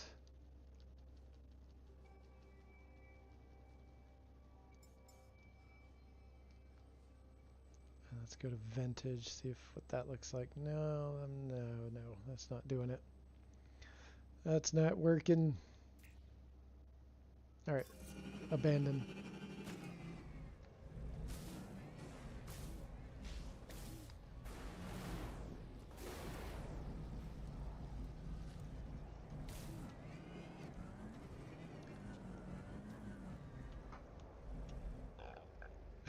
Seven years sounds like it's time for a new hobby. I don't know, maybe. I think just more games, more other games. Yeah, this is always gonna be where my heart is, I think. Although, who knows what Light No Fire will bring us.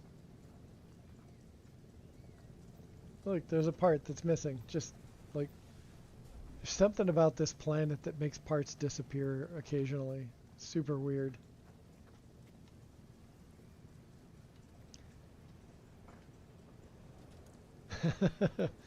It is wild to think that I've been playing this game for this long.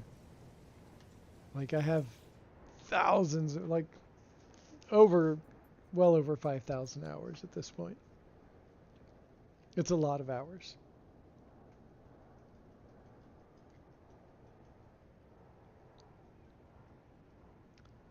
Okay. Now we might pop over. Let's go to another save file.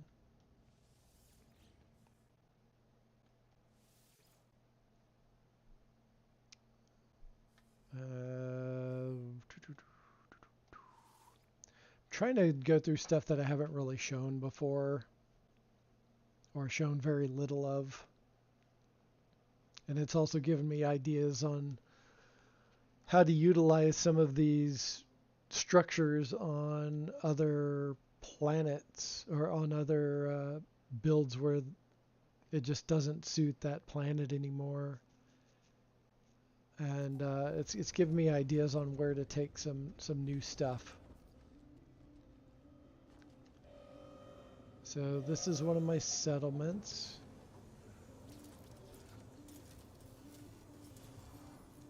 Let's take these guys out real quick.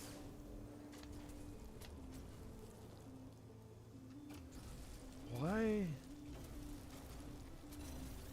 is that so weak? I should have taken him out already. Do I just have the wrong...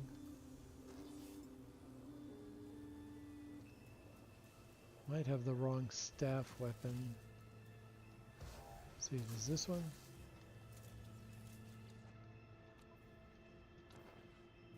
Nope. That's the newest weapon. Alright, I'm going to go over here while I sort this out.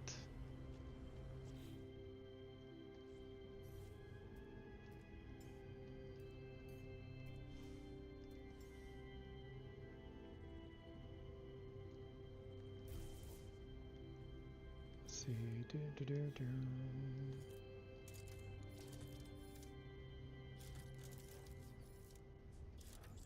That's all I have loaded on here? Got a hell of a blowback on this shotgun.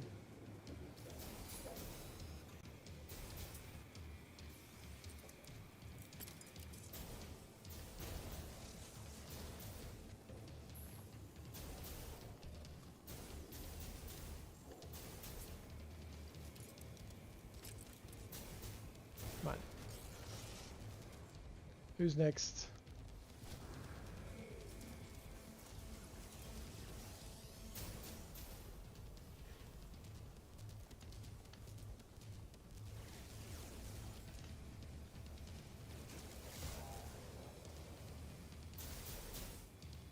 This is not the weapon I am used to.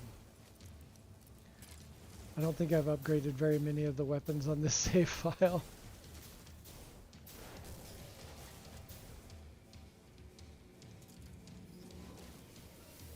also been playing other games, so I'm getting a lot of my buttons mixed up, and this is kind of hilarious.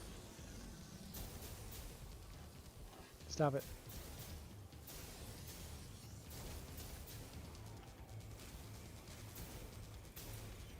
Get out of the way.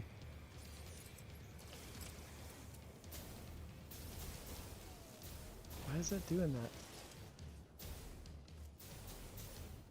It's like stuttering when I shoot.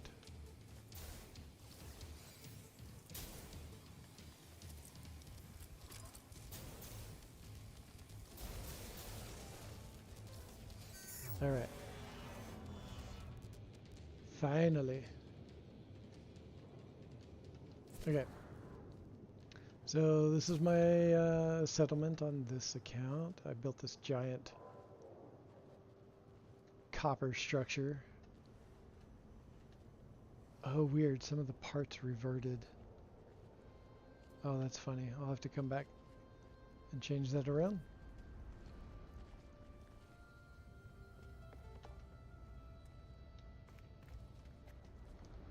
That's a neat little structure. Let's go over to the base. This is one of my early attempts at just finding an interesting way of showing off the base terminus.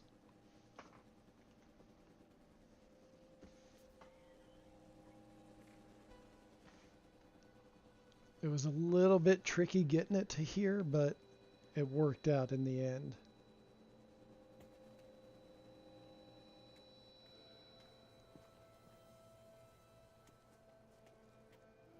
Got an upside down roof tile.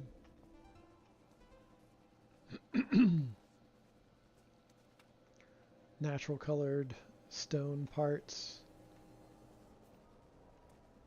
Jumbo globe, 2 of them.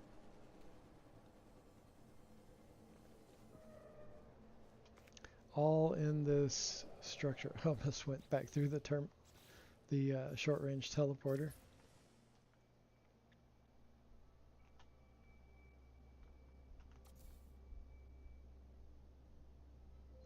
Just a fun little house on the hill.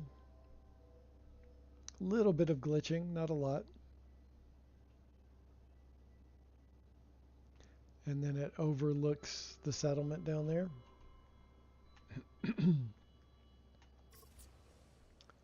Oh, and I want to go back to the settlement real quick to see if there's anything I need to do while I'm here.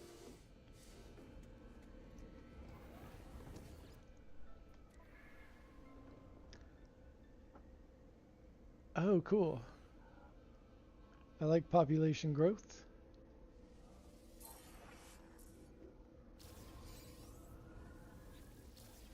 Let's see, what's the settlement status? Descented bottles. Handful of cogs. 83% happiness. Still at a B. I think this is the one I had gotten to an S before they nerfed everything. One of them I have at an A right now. Yo, Sergeant Belson. How you doing today?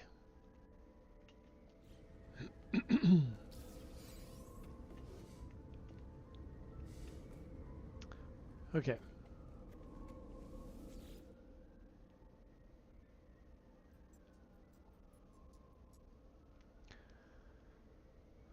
Let's see here. I'm sure everyone at this point has seen my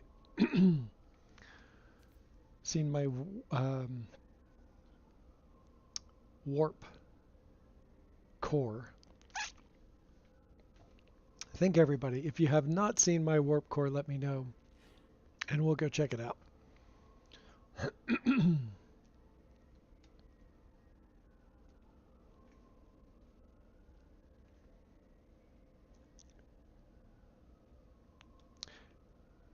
Here's one that I haven't really shown very many people. This was going to be a huge project that I am currently looking for a new planet for. And it's gonna take a massive endeavor to do it. Um,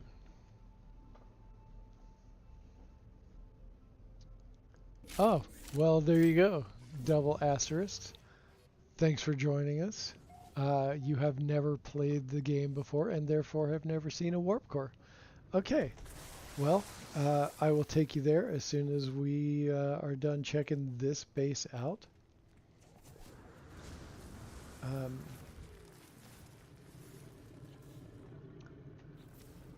So this base, the planet is called Cozy Nest.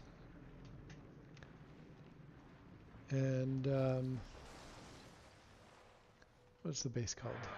Cargo Expansion HQ.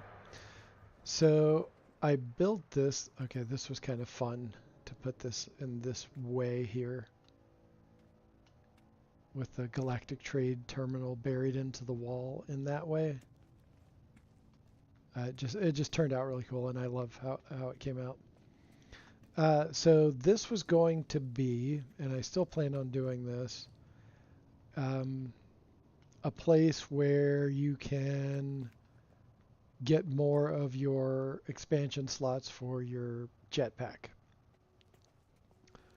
And various reasons this kind of fell through, but I do want to find a different planet for it. Because I want it to be a much larger, full community-wide place where any player can come and get this done. And so the idea was to have all of the things that you would need in order to repair the drop pods that have an upgrade in them, that have an expansion slot in them. So that's a project for another time. This was kind of a fun base, once again, close to a portal.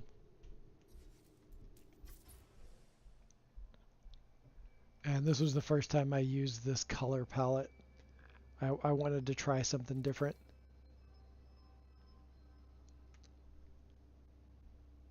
And it's kind of an interesting how it turned out. Got a lot of invasion from the... So these two spheres with the mushrooms on top of them were on top of these two little twisty plant things. But the plants moved when we got Worlds 1. That plant used to go all the way up, and it was wrapped around that sphere. So, like, that's not all the reason I want to move it to another planet, but we'll get it there.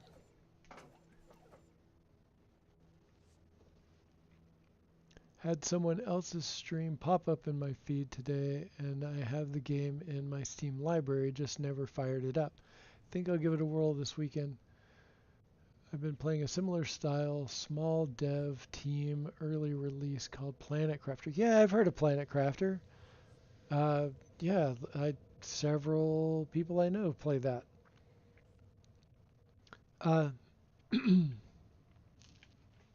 Yeah, double asterisks.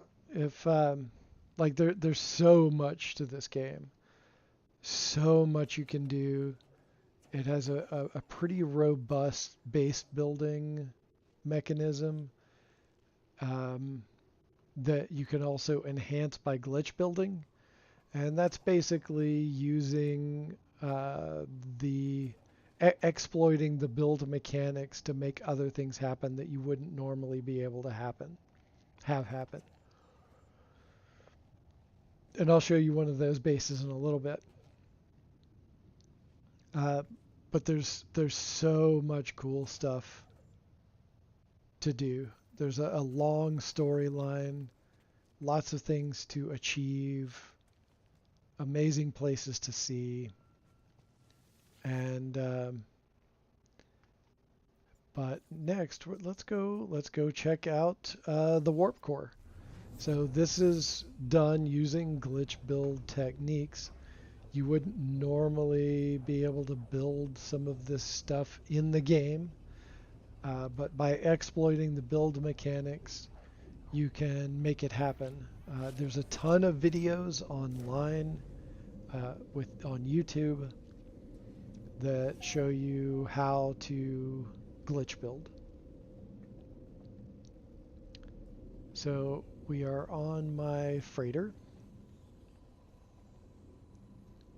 and I will take you, there's the main hallway up to the bridge. I've got a series of little short-range teleporters all over the place, and they take me to various places on the ship, and they're all color-coded, and I know exactly where all of them go by their color-coded nature.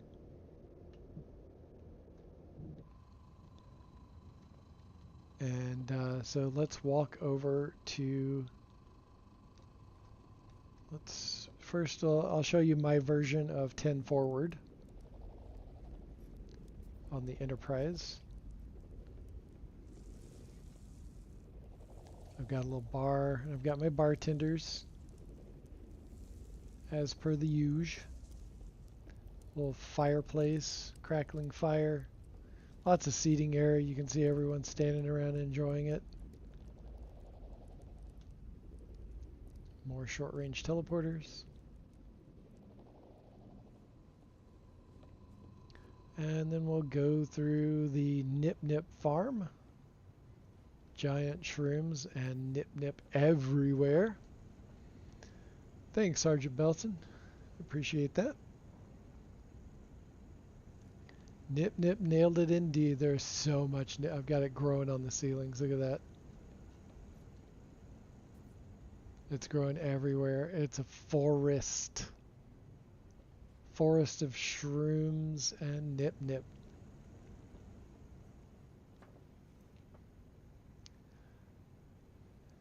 Saw very cool builds, Dash. Got to go. Congrats on 7 years. Thank you very much, Delta Creator. Thank you so much. Glad you could join us for a while. And have a great day. See you next time. All right, so this is the ground floor of the warp core. And we'll come back here so we can look up and just check out the whole thing.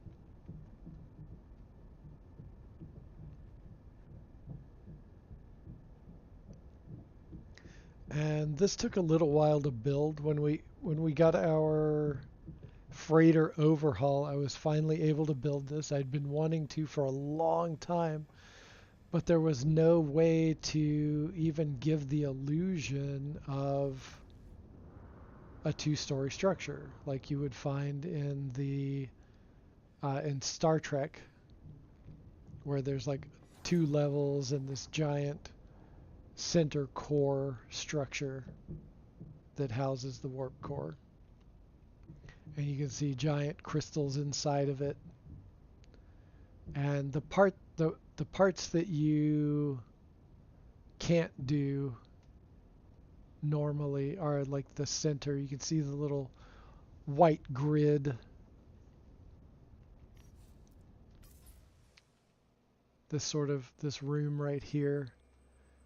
There was another one in my 10 forward area, and this is small. They're like really small versions, and you have to glitch them in order to get them that small, and then glitch them again to get into this stack like this, because they don't just fit together.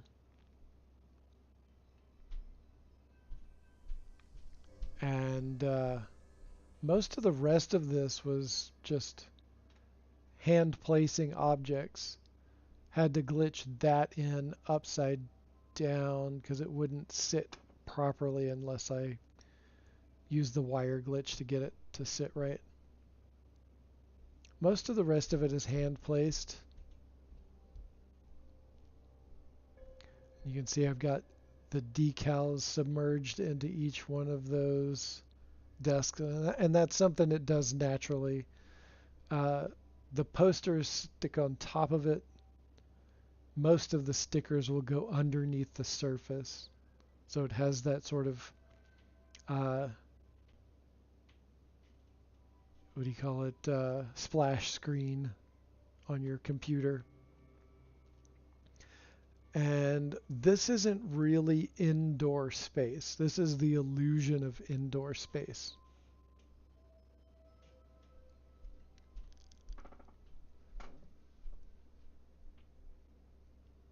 And that's achieved by creating a space. Let's see if I can get outside and show you. So you can see right here, I put this decking out here, and this is the outside of freighter rooms. And then when you put them together, you have what kind of looks like indoor space. But when you just look up in this area, it's all open. It's all open area. And then in order to change that, what I could do is get more of this and fill in the whole area, and then down below it totally looks like indoor space. So that's what I've achieved here. And when I figured out you could do that, I was so excited, and I went right to work to build this. And since then I've done another warp core that we might check out a little bit later on. So that's basically my warp core. Hello, how are you? How is the game? How are you, streamer, wanderer, traveler, entity, singularity? I'm doing quite well, actually. Thank you very much. Finally back to playing the game after, I don't know, a month or so of all the holidays and things just not lining up with my schedule. I just got back from vacation last Tuesday, and it was too late to fit into my normal streaming time, so I just decided to not worry about it.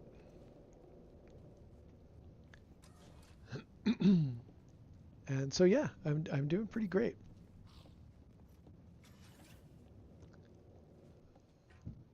And here's just a fun thing. I point this out a lot, so if you're tired of seeing this, I'm so sorry.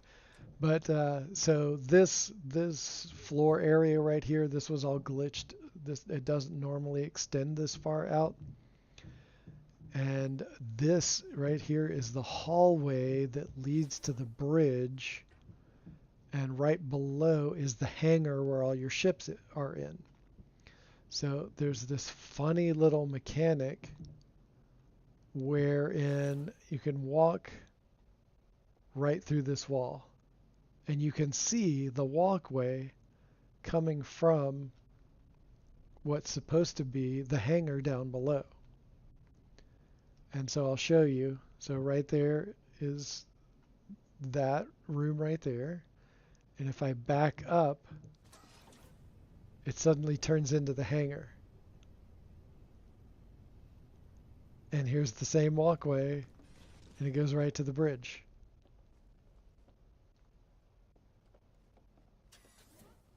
And you just go around, and you just loop back around again.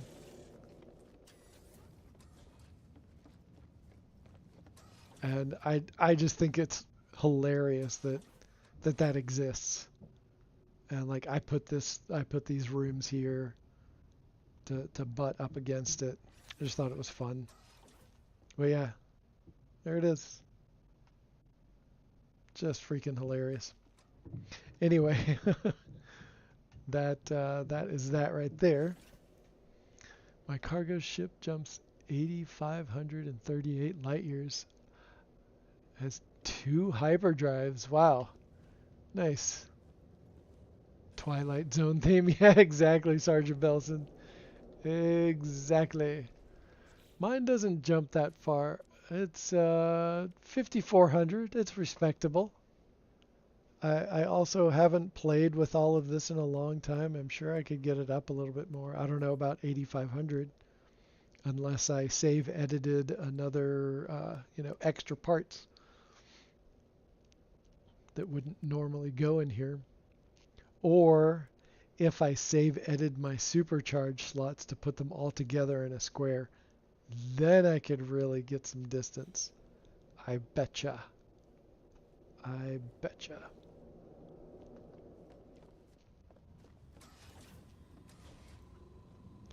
Okay, so now that we've seen that warp core,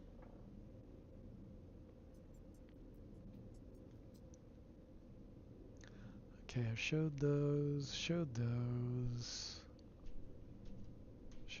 too many times.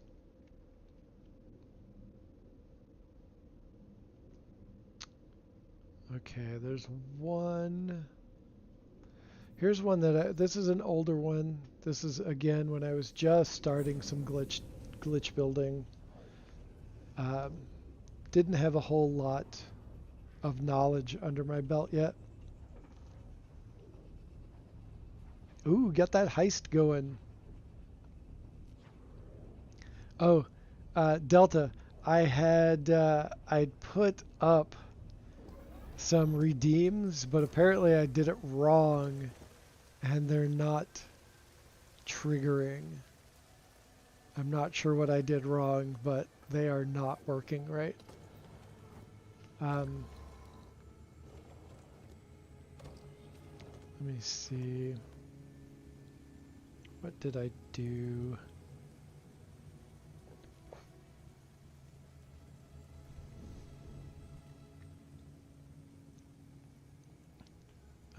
Let's see. Let me try this one, see if this one works. The first one I tried did not work.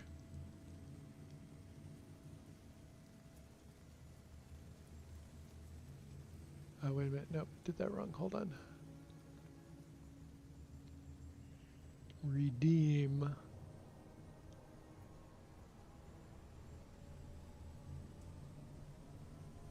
Okay. I don't know if that's going to work. The first one I tried did not work. It says I successfully redeemed it, but it doesn't show. See, and now it's not even saying that I successfully redeemed it. Can I get some Nip Nip Buzz to gamble with, please? Sure. Let me... So that's another thing. It's supposed to give every person 5k Nip Nip Buds as soon as they, like, do anything. Like, it was supposed to just deliver 5k Nip Nip Buds, but it hasn't done it. Okay. What am I doing here?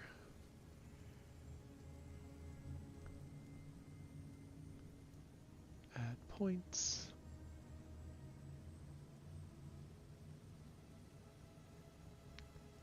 And at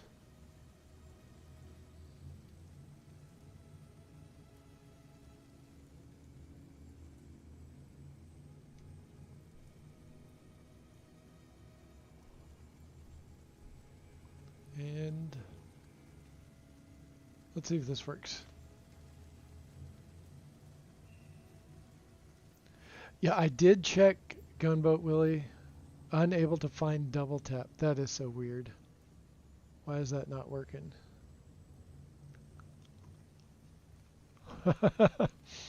Rigged! Careful, DT. This is how they get you. First one's free. Alright, let me try something real quick.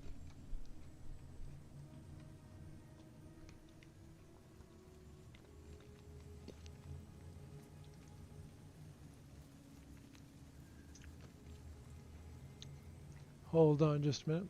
Let me point the camera at something a little more interesting.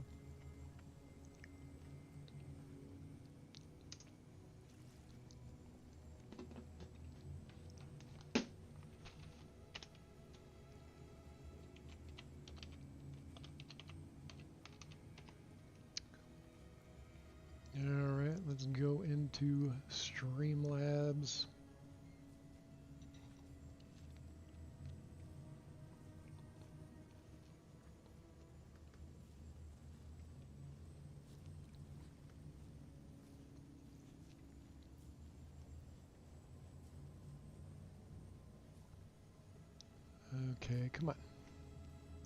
Where is it? Okay, there's Streamlabs. I'll double check if CloudBot is on.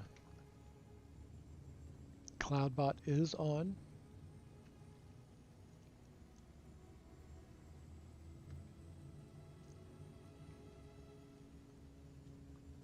Let's see. Weird. It says you've got Nip Nip buds. Double tap.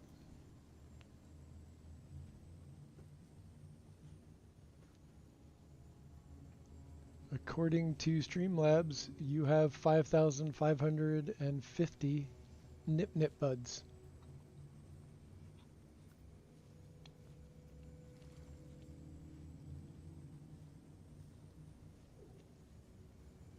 That's why it's being a butt, okay?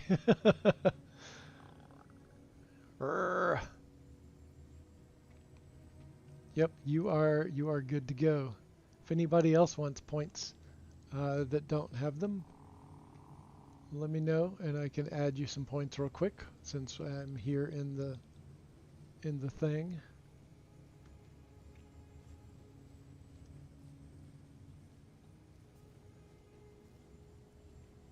Gamble should be. Let me check. Let me see if Gamble is on there.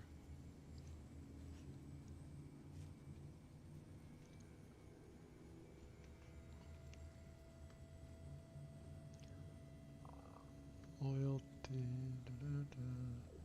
Quotes, timers, commands, modules.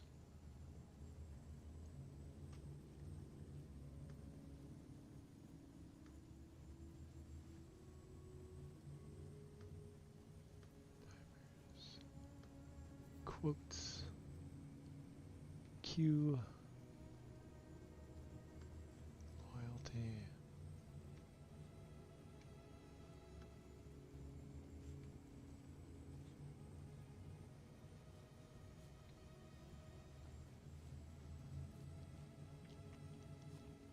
That's so weird. Now I can't find. Now I can't find the games. That's hilarious.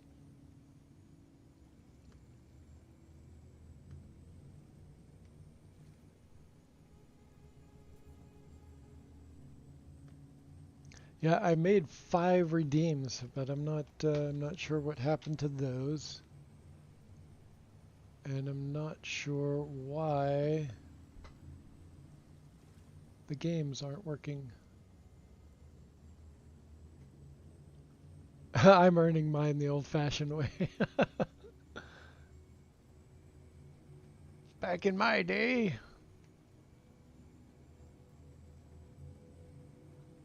Okay, this is just weird. Why is it not showing up? Am I just not... I'm probably not paying attention to something. It's probably what's happening. Settings. Store. Polls. Betting.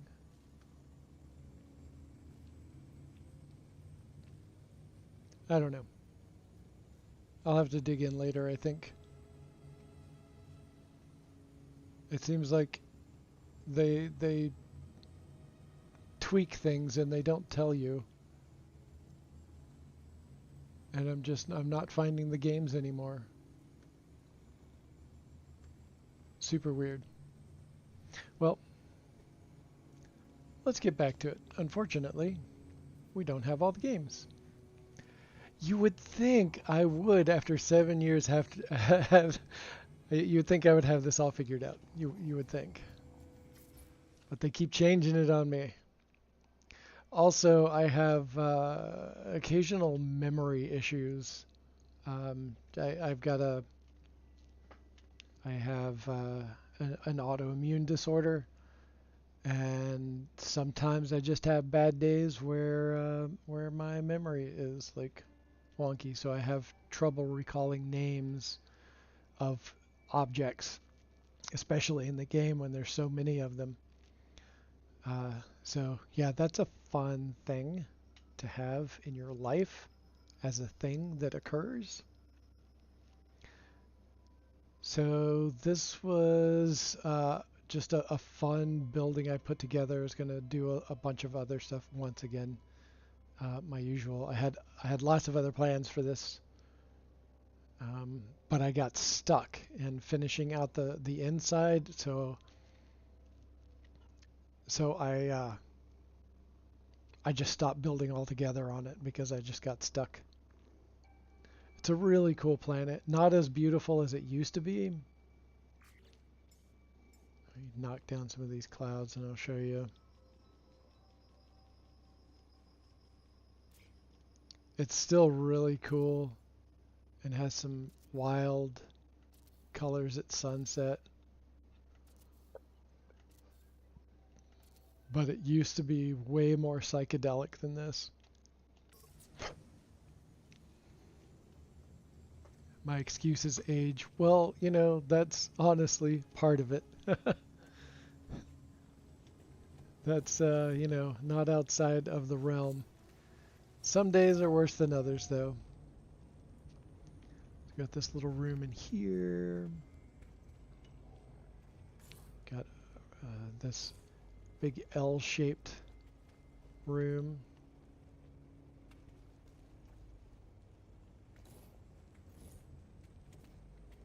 Under the stairs. And these little...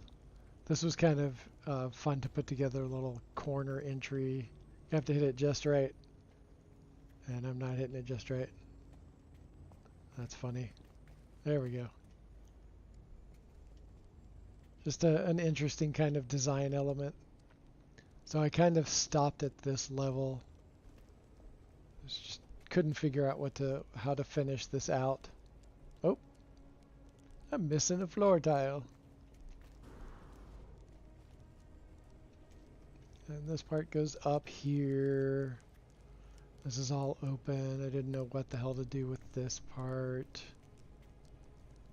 But then this area, like this is going to have a seating area. And then this is like a big apartment. And then that goes out. So it has 2 doors. And then you come up here. And then there's a little hidden apartment back here. I like building living quarters. Here's another toilet. And a shower stall. Giant king-size bed. I was in the middle of redoing some of this stuff. That's why there's a coral, curly coral on the bed.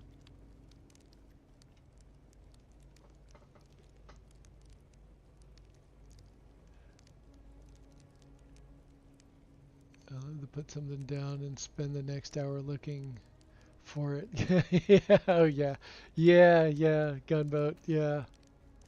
Yep. And it was in my pocket the whole time.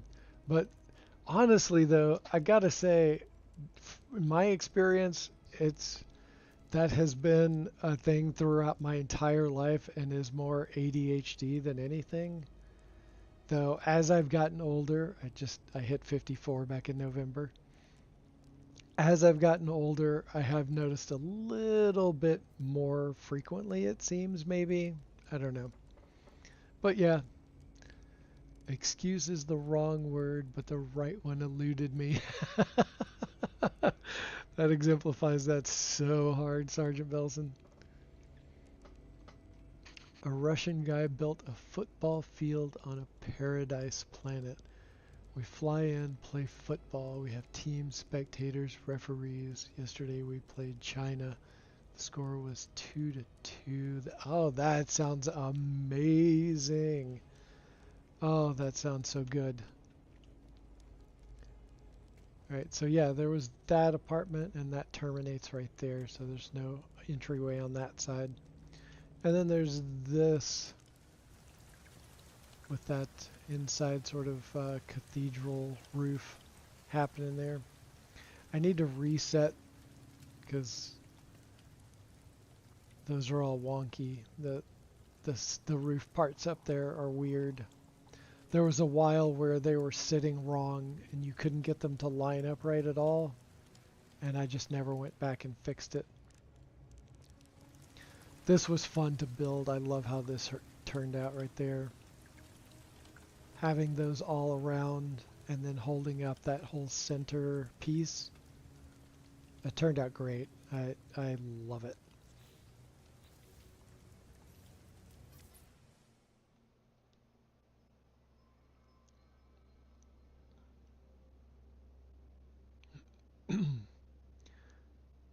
This little spot down here,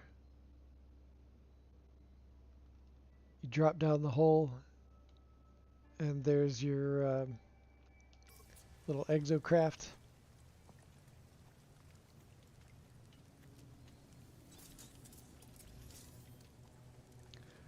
And then one of the things I did here is I put this little mark to let me know that that's where the terminus is. None of the other pillars have that. And so I put a lot of clues in my bases when things all look the same in every direction. So I put a little clue in there to let me know, hey, that's how I can get down there really fast if I want to skip everything.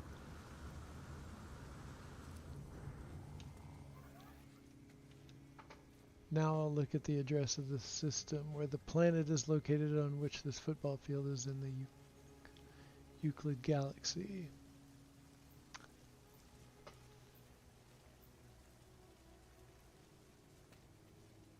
Alright, so and this one has nice like pleasant rainstorms. It's not too stormy in a weird gross way. It's a very cool planet.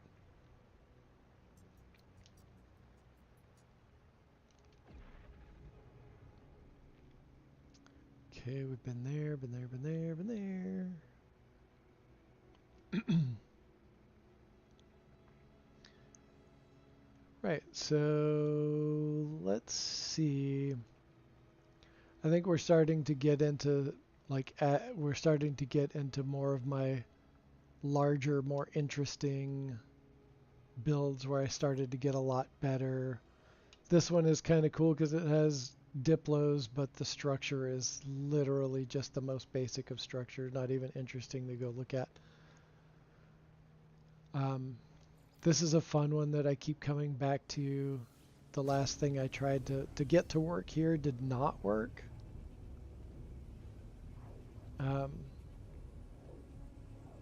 But this is one of my favorite caves because, as we were talking about earlier, it's really cool to find a part of a cave that has all of the grass and the plants and the trees that are the same as the above. Here's the throne room where I've got all these cool chairs to sit in. And I'm still in the process of building these. And so each one of those has a sittable chair. And it's a fun photo booth opportunity.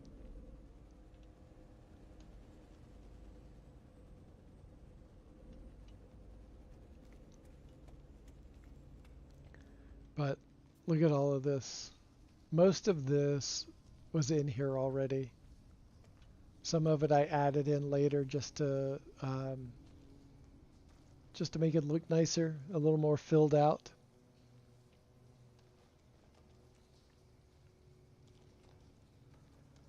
I put the mushrooms in, but these mushrooms were already there. I don't remember that being there. That's a new addition. And then this little building over here is me trying to figure out a thing, and it just was not coming together, so I have to think about it more before I try to do that. And then just mud huts. And then this is the mud hut that we came in on. Oh, here's it's it's kind of like a fireplace, but it's the base terminus. It's like a shrine to the Atlas, and it's also the terminus.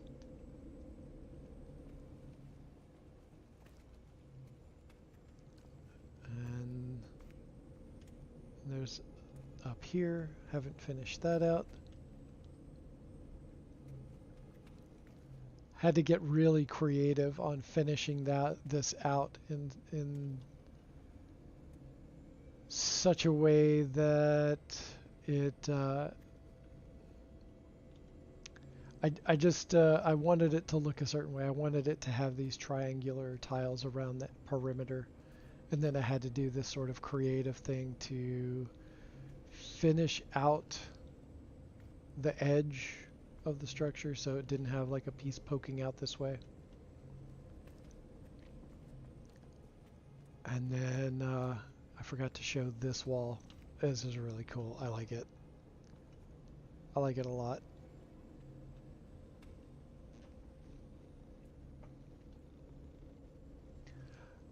Bionic Heart made a football field. Not sure if it's the same one. Huh.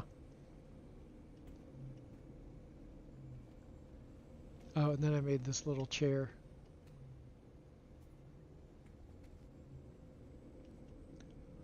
With the light table.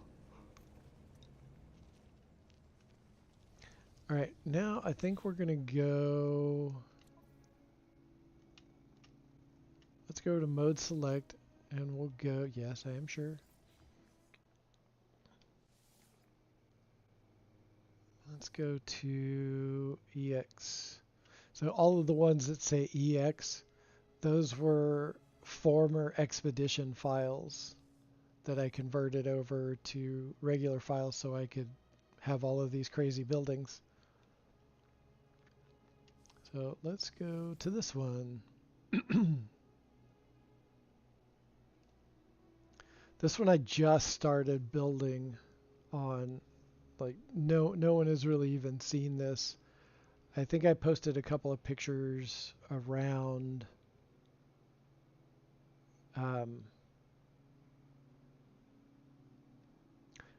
but not of the structure. And it's just a little tiny structure to start off with, and I might even rip it all the way out altogether.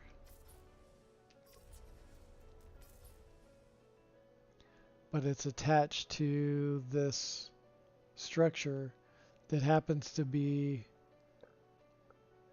where the planetary rings cut into this moon.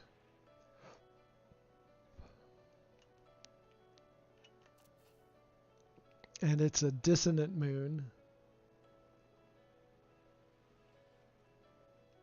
And it just has this really cool effect. I love it when the rings cut through a moon like this. I love it. It's a lot of fun. And one of the coolest things is that it cuts through even in the cave system. So you can see this cave right here. And we'll just dive down in there for as far down in as we can dive. Oh, that's it. That's our limit. But yeah, you can see it cut through. It looks like evil eyes. But yeah, super cool, and I'm looking forward to building something here. I'm not sure exactly what. It has gravity storms, but nothing like heavy rainstorms or anything. Got a jet. Thanks for sharing and enjoy the stream. Thanks, Double Asterix. I hope you come by again. I stream generally every Tuesday at the same time. Occasionally I'll throw in an extra stream. Yeah, so if you like what you saw, do subscribe if you liked it and want to come back. I'd appreciate that, and it would be good to have you. So have a good one, and hopefully we see you around. All right. That individual comes into a few streams and their messages are always the same. Oh, yeah. Yeah. Yeah. Um, visit the base in the Euclid Galaxy. Oh, those are the... Oh, okay. Those are the glyphs. Cool. Cool. That's pretty neat. Right on. So this we are in Soberunge. Galaxy 42 starts with an X. Obeurindj is how you spell this galaxy. Galaxy 42. Um, I'll just put the glyphs up here in case anyone is interested in checking this out. If you do, feel free to build a base out here if you make it out. If you don't have access to this or any other galaxy, check out the description of this video and all of my videos for the Discord to Pan-Galactic Star Cabs. They will take you to any galaxy anywhere in the No Man's Sky universe. And they're a great bunch of people, and they will take you where you want to go. But check this out at night, and like you can go in here, and it just cuts right through the building. This dude literally lives in the planetary rings every day. And there's this weird effect, like it follows you until it ends. It's kind of an odd effect.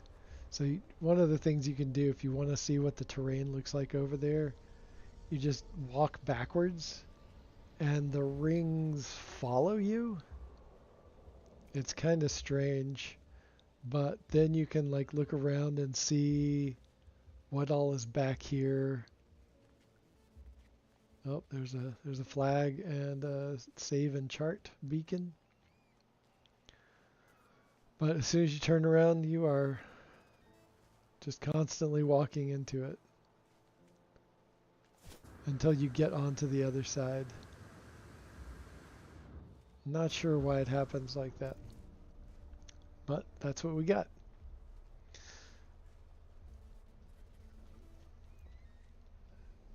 So yeah, this is brand new. There's a couple of other fun places. I think there's a monolith. I think there's a not a portal, but I think there's a monolith close by.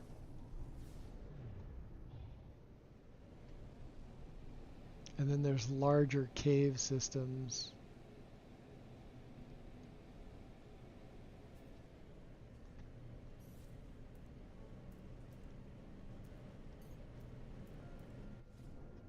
There we go.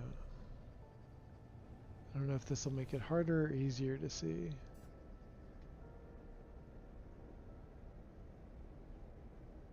Don't remember which direction that monolith was.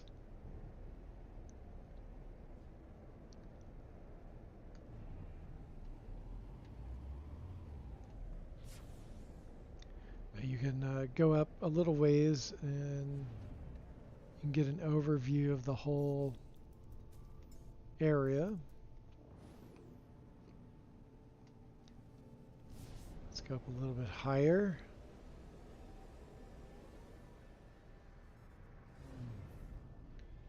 And then you can see just the top of it is chopped. And so I called the planet Sliver.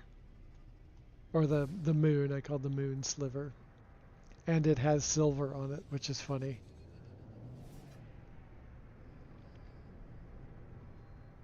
Yeah, I don't remember where.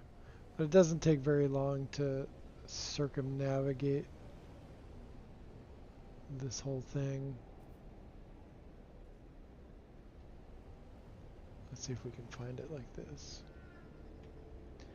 You can see, I like flying upside down on planets or around planets so you can see the terrain a little bit better.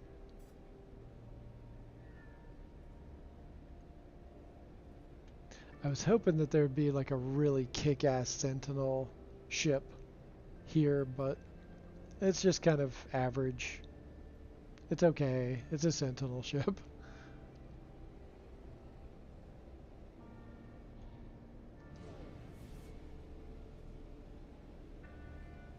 Just nice relaxing vibes as you cruise around.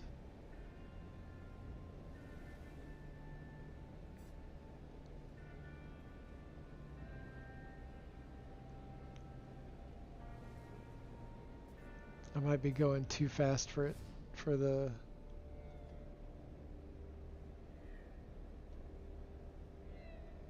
thing to spawn in. Man, today is a really bad memory day.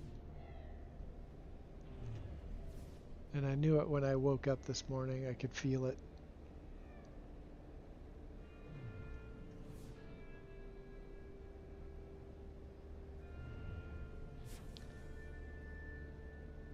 Alright. I don't know if it's showing up. We'll just finish the circle, see if we can get it to show up, because it's kind of cool. And it might be deeper into the... Oh, okay, here's a ruin. Maybe I was thinking ruin and not... I think it might have been ruin. Okay, yeah. So there's a ruin here somewhere. Where did it go? There it is. No, wait, that's not the ruin. Alright, I'm officially lost. Oh, but check out that where the rings.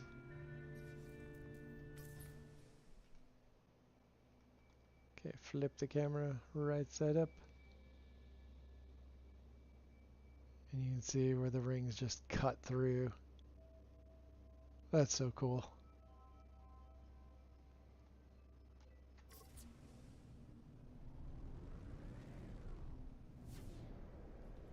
Okay. So I think what we might do is move along.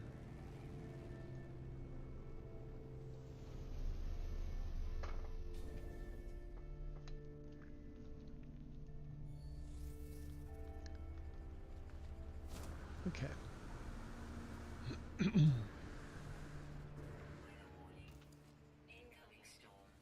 Incoming storm.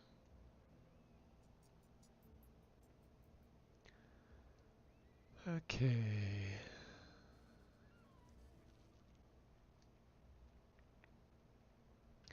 Now, all of this stuff I've shown a million times. These are a lot of my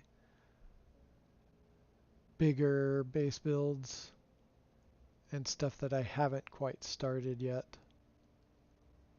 Just I collect really cool places to check out, honestly.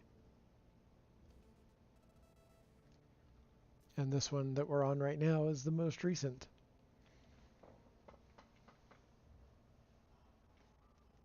Incoming storm, outgoing traveler. Indeed. Okay.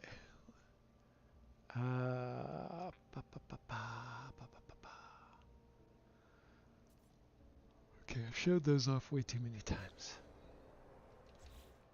Let's do one more. Let's go over to one more save file. Let's see if there's anything back in there that I haven't really showed off much.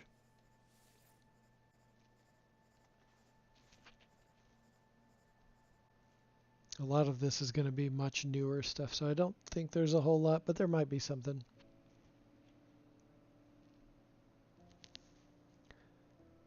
I'm very slowly going through and writing in an actual honest to God notebook what do I have on every save file so I can look at a glance to figure it out. Okay, this is brand new.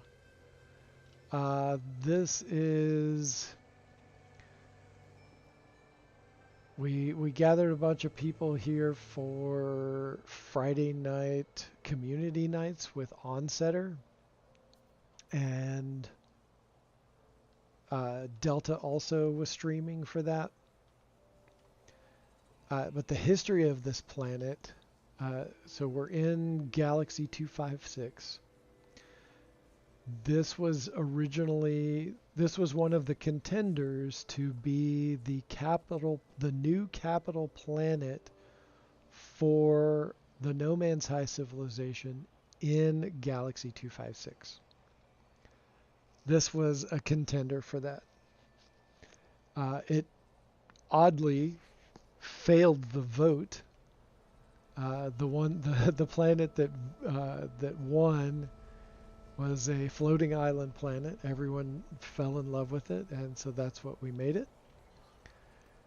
But this one was an amazing planet, and Astral Cryptid, some of you might know them. They are in No Man's High, but also hang out in the Friday night community with Onsetter and a few other communities around. And they introduced this planet to everyone for that use. And so everyone gathered here. There's two archives. The other one, where's the other one? It's not, I think it's a little far away to be spawning in right now. I'll just need to move a little closer. There it is. And so people started building different bases and then connecting them all together in this fashion. And it's a fun little place that people are gathering and hanging out. And I built my base kind of close by. And this is my little, so this is the area where you call your starship over. And then I built all of this around it, just a fun little messing around with everything, making it look more interesting, not the same old that you see everywhere. And then I built this wild ass base terminus with all the different parts. And then this, you can't even get to it because my wing is in the way, or my nose is in the way. I might need to adjust something here, or just bring in a different ship. This goes over to another landing pad just over the hill. That hill. And I built a different kind of structure around this interface. But this short-range teleporter right here is eventually going to go closer to where all the action is.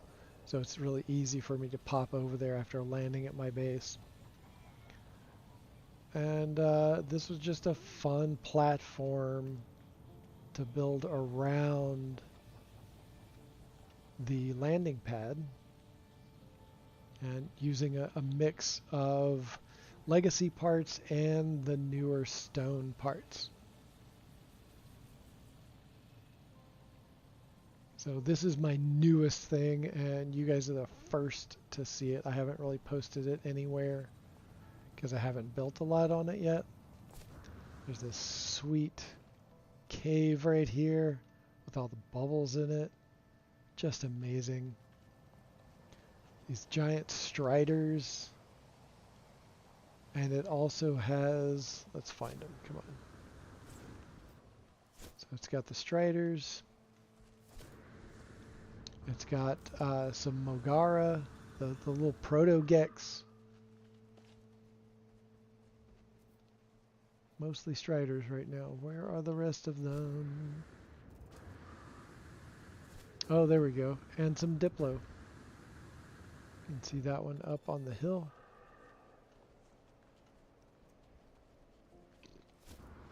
And like this has some of the best fauna of a planet, like all together.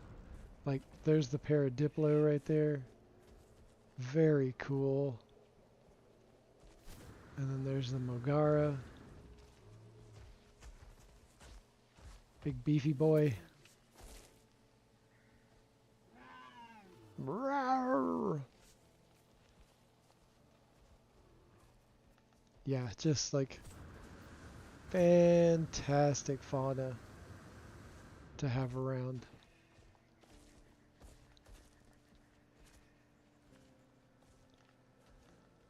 Okay, where is everything?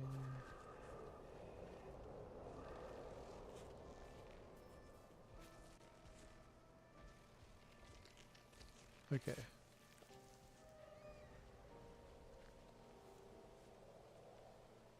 Oh, there we go. It's like obscured.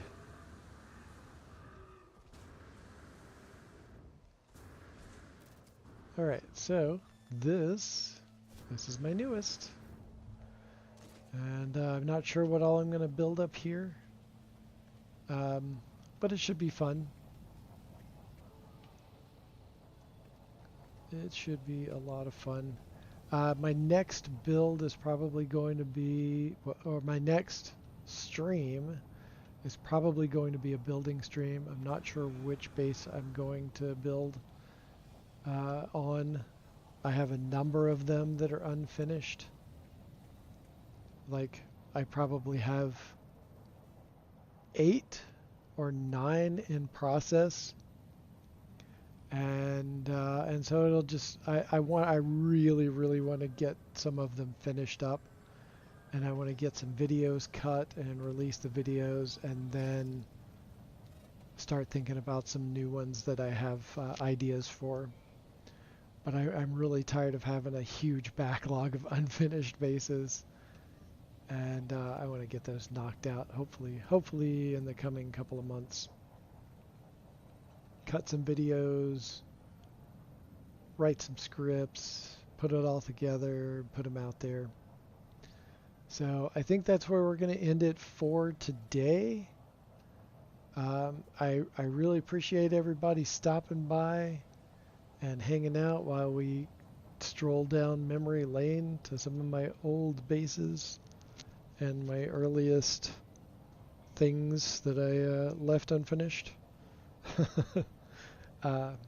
It's been a lot of fun. Kind of that nostalgia hit is nice.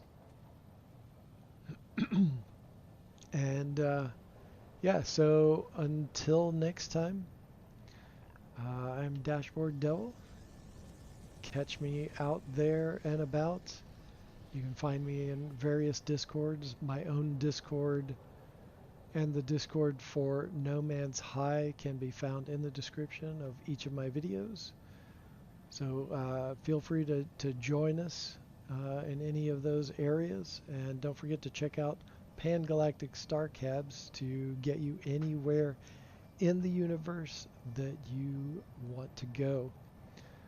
So, oh hey, Task Vision coming in just at the end. Glad you could at least pop in and say hi. I appreciate that. I do. And I'll just throw up these, not throw up, but throw, wait, what am I doing here? No, wrong buttons. There we go. Let's put glyphs up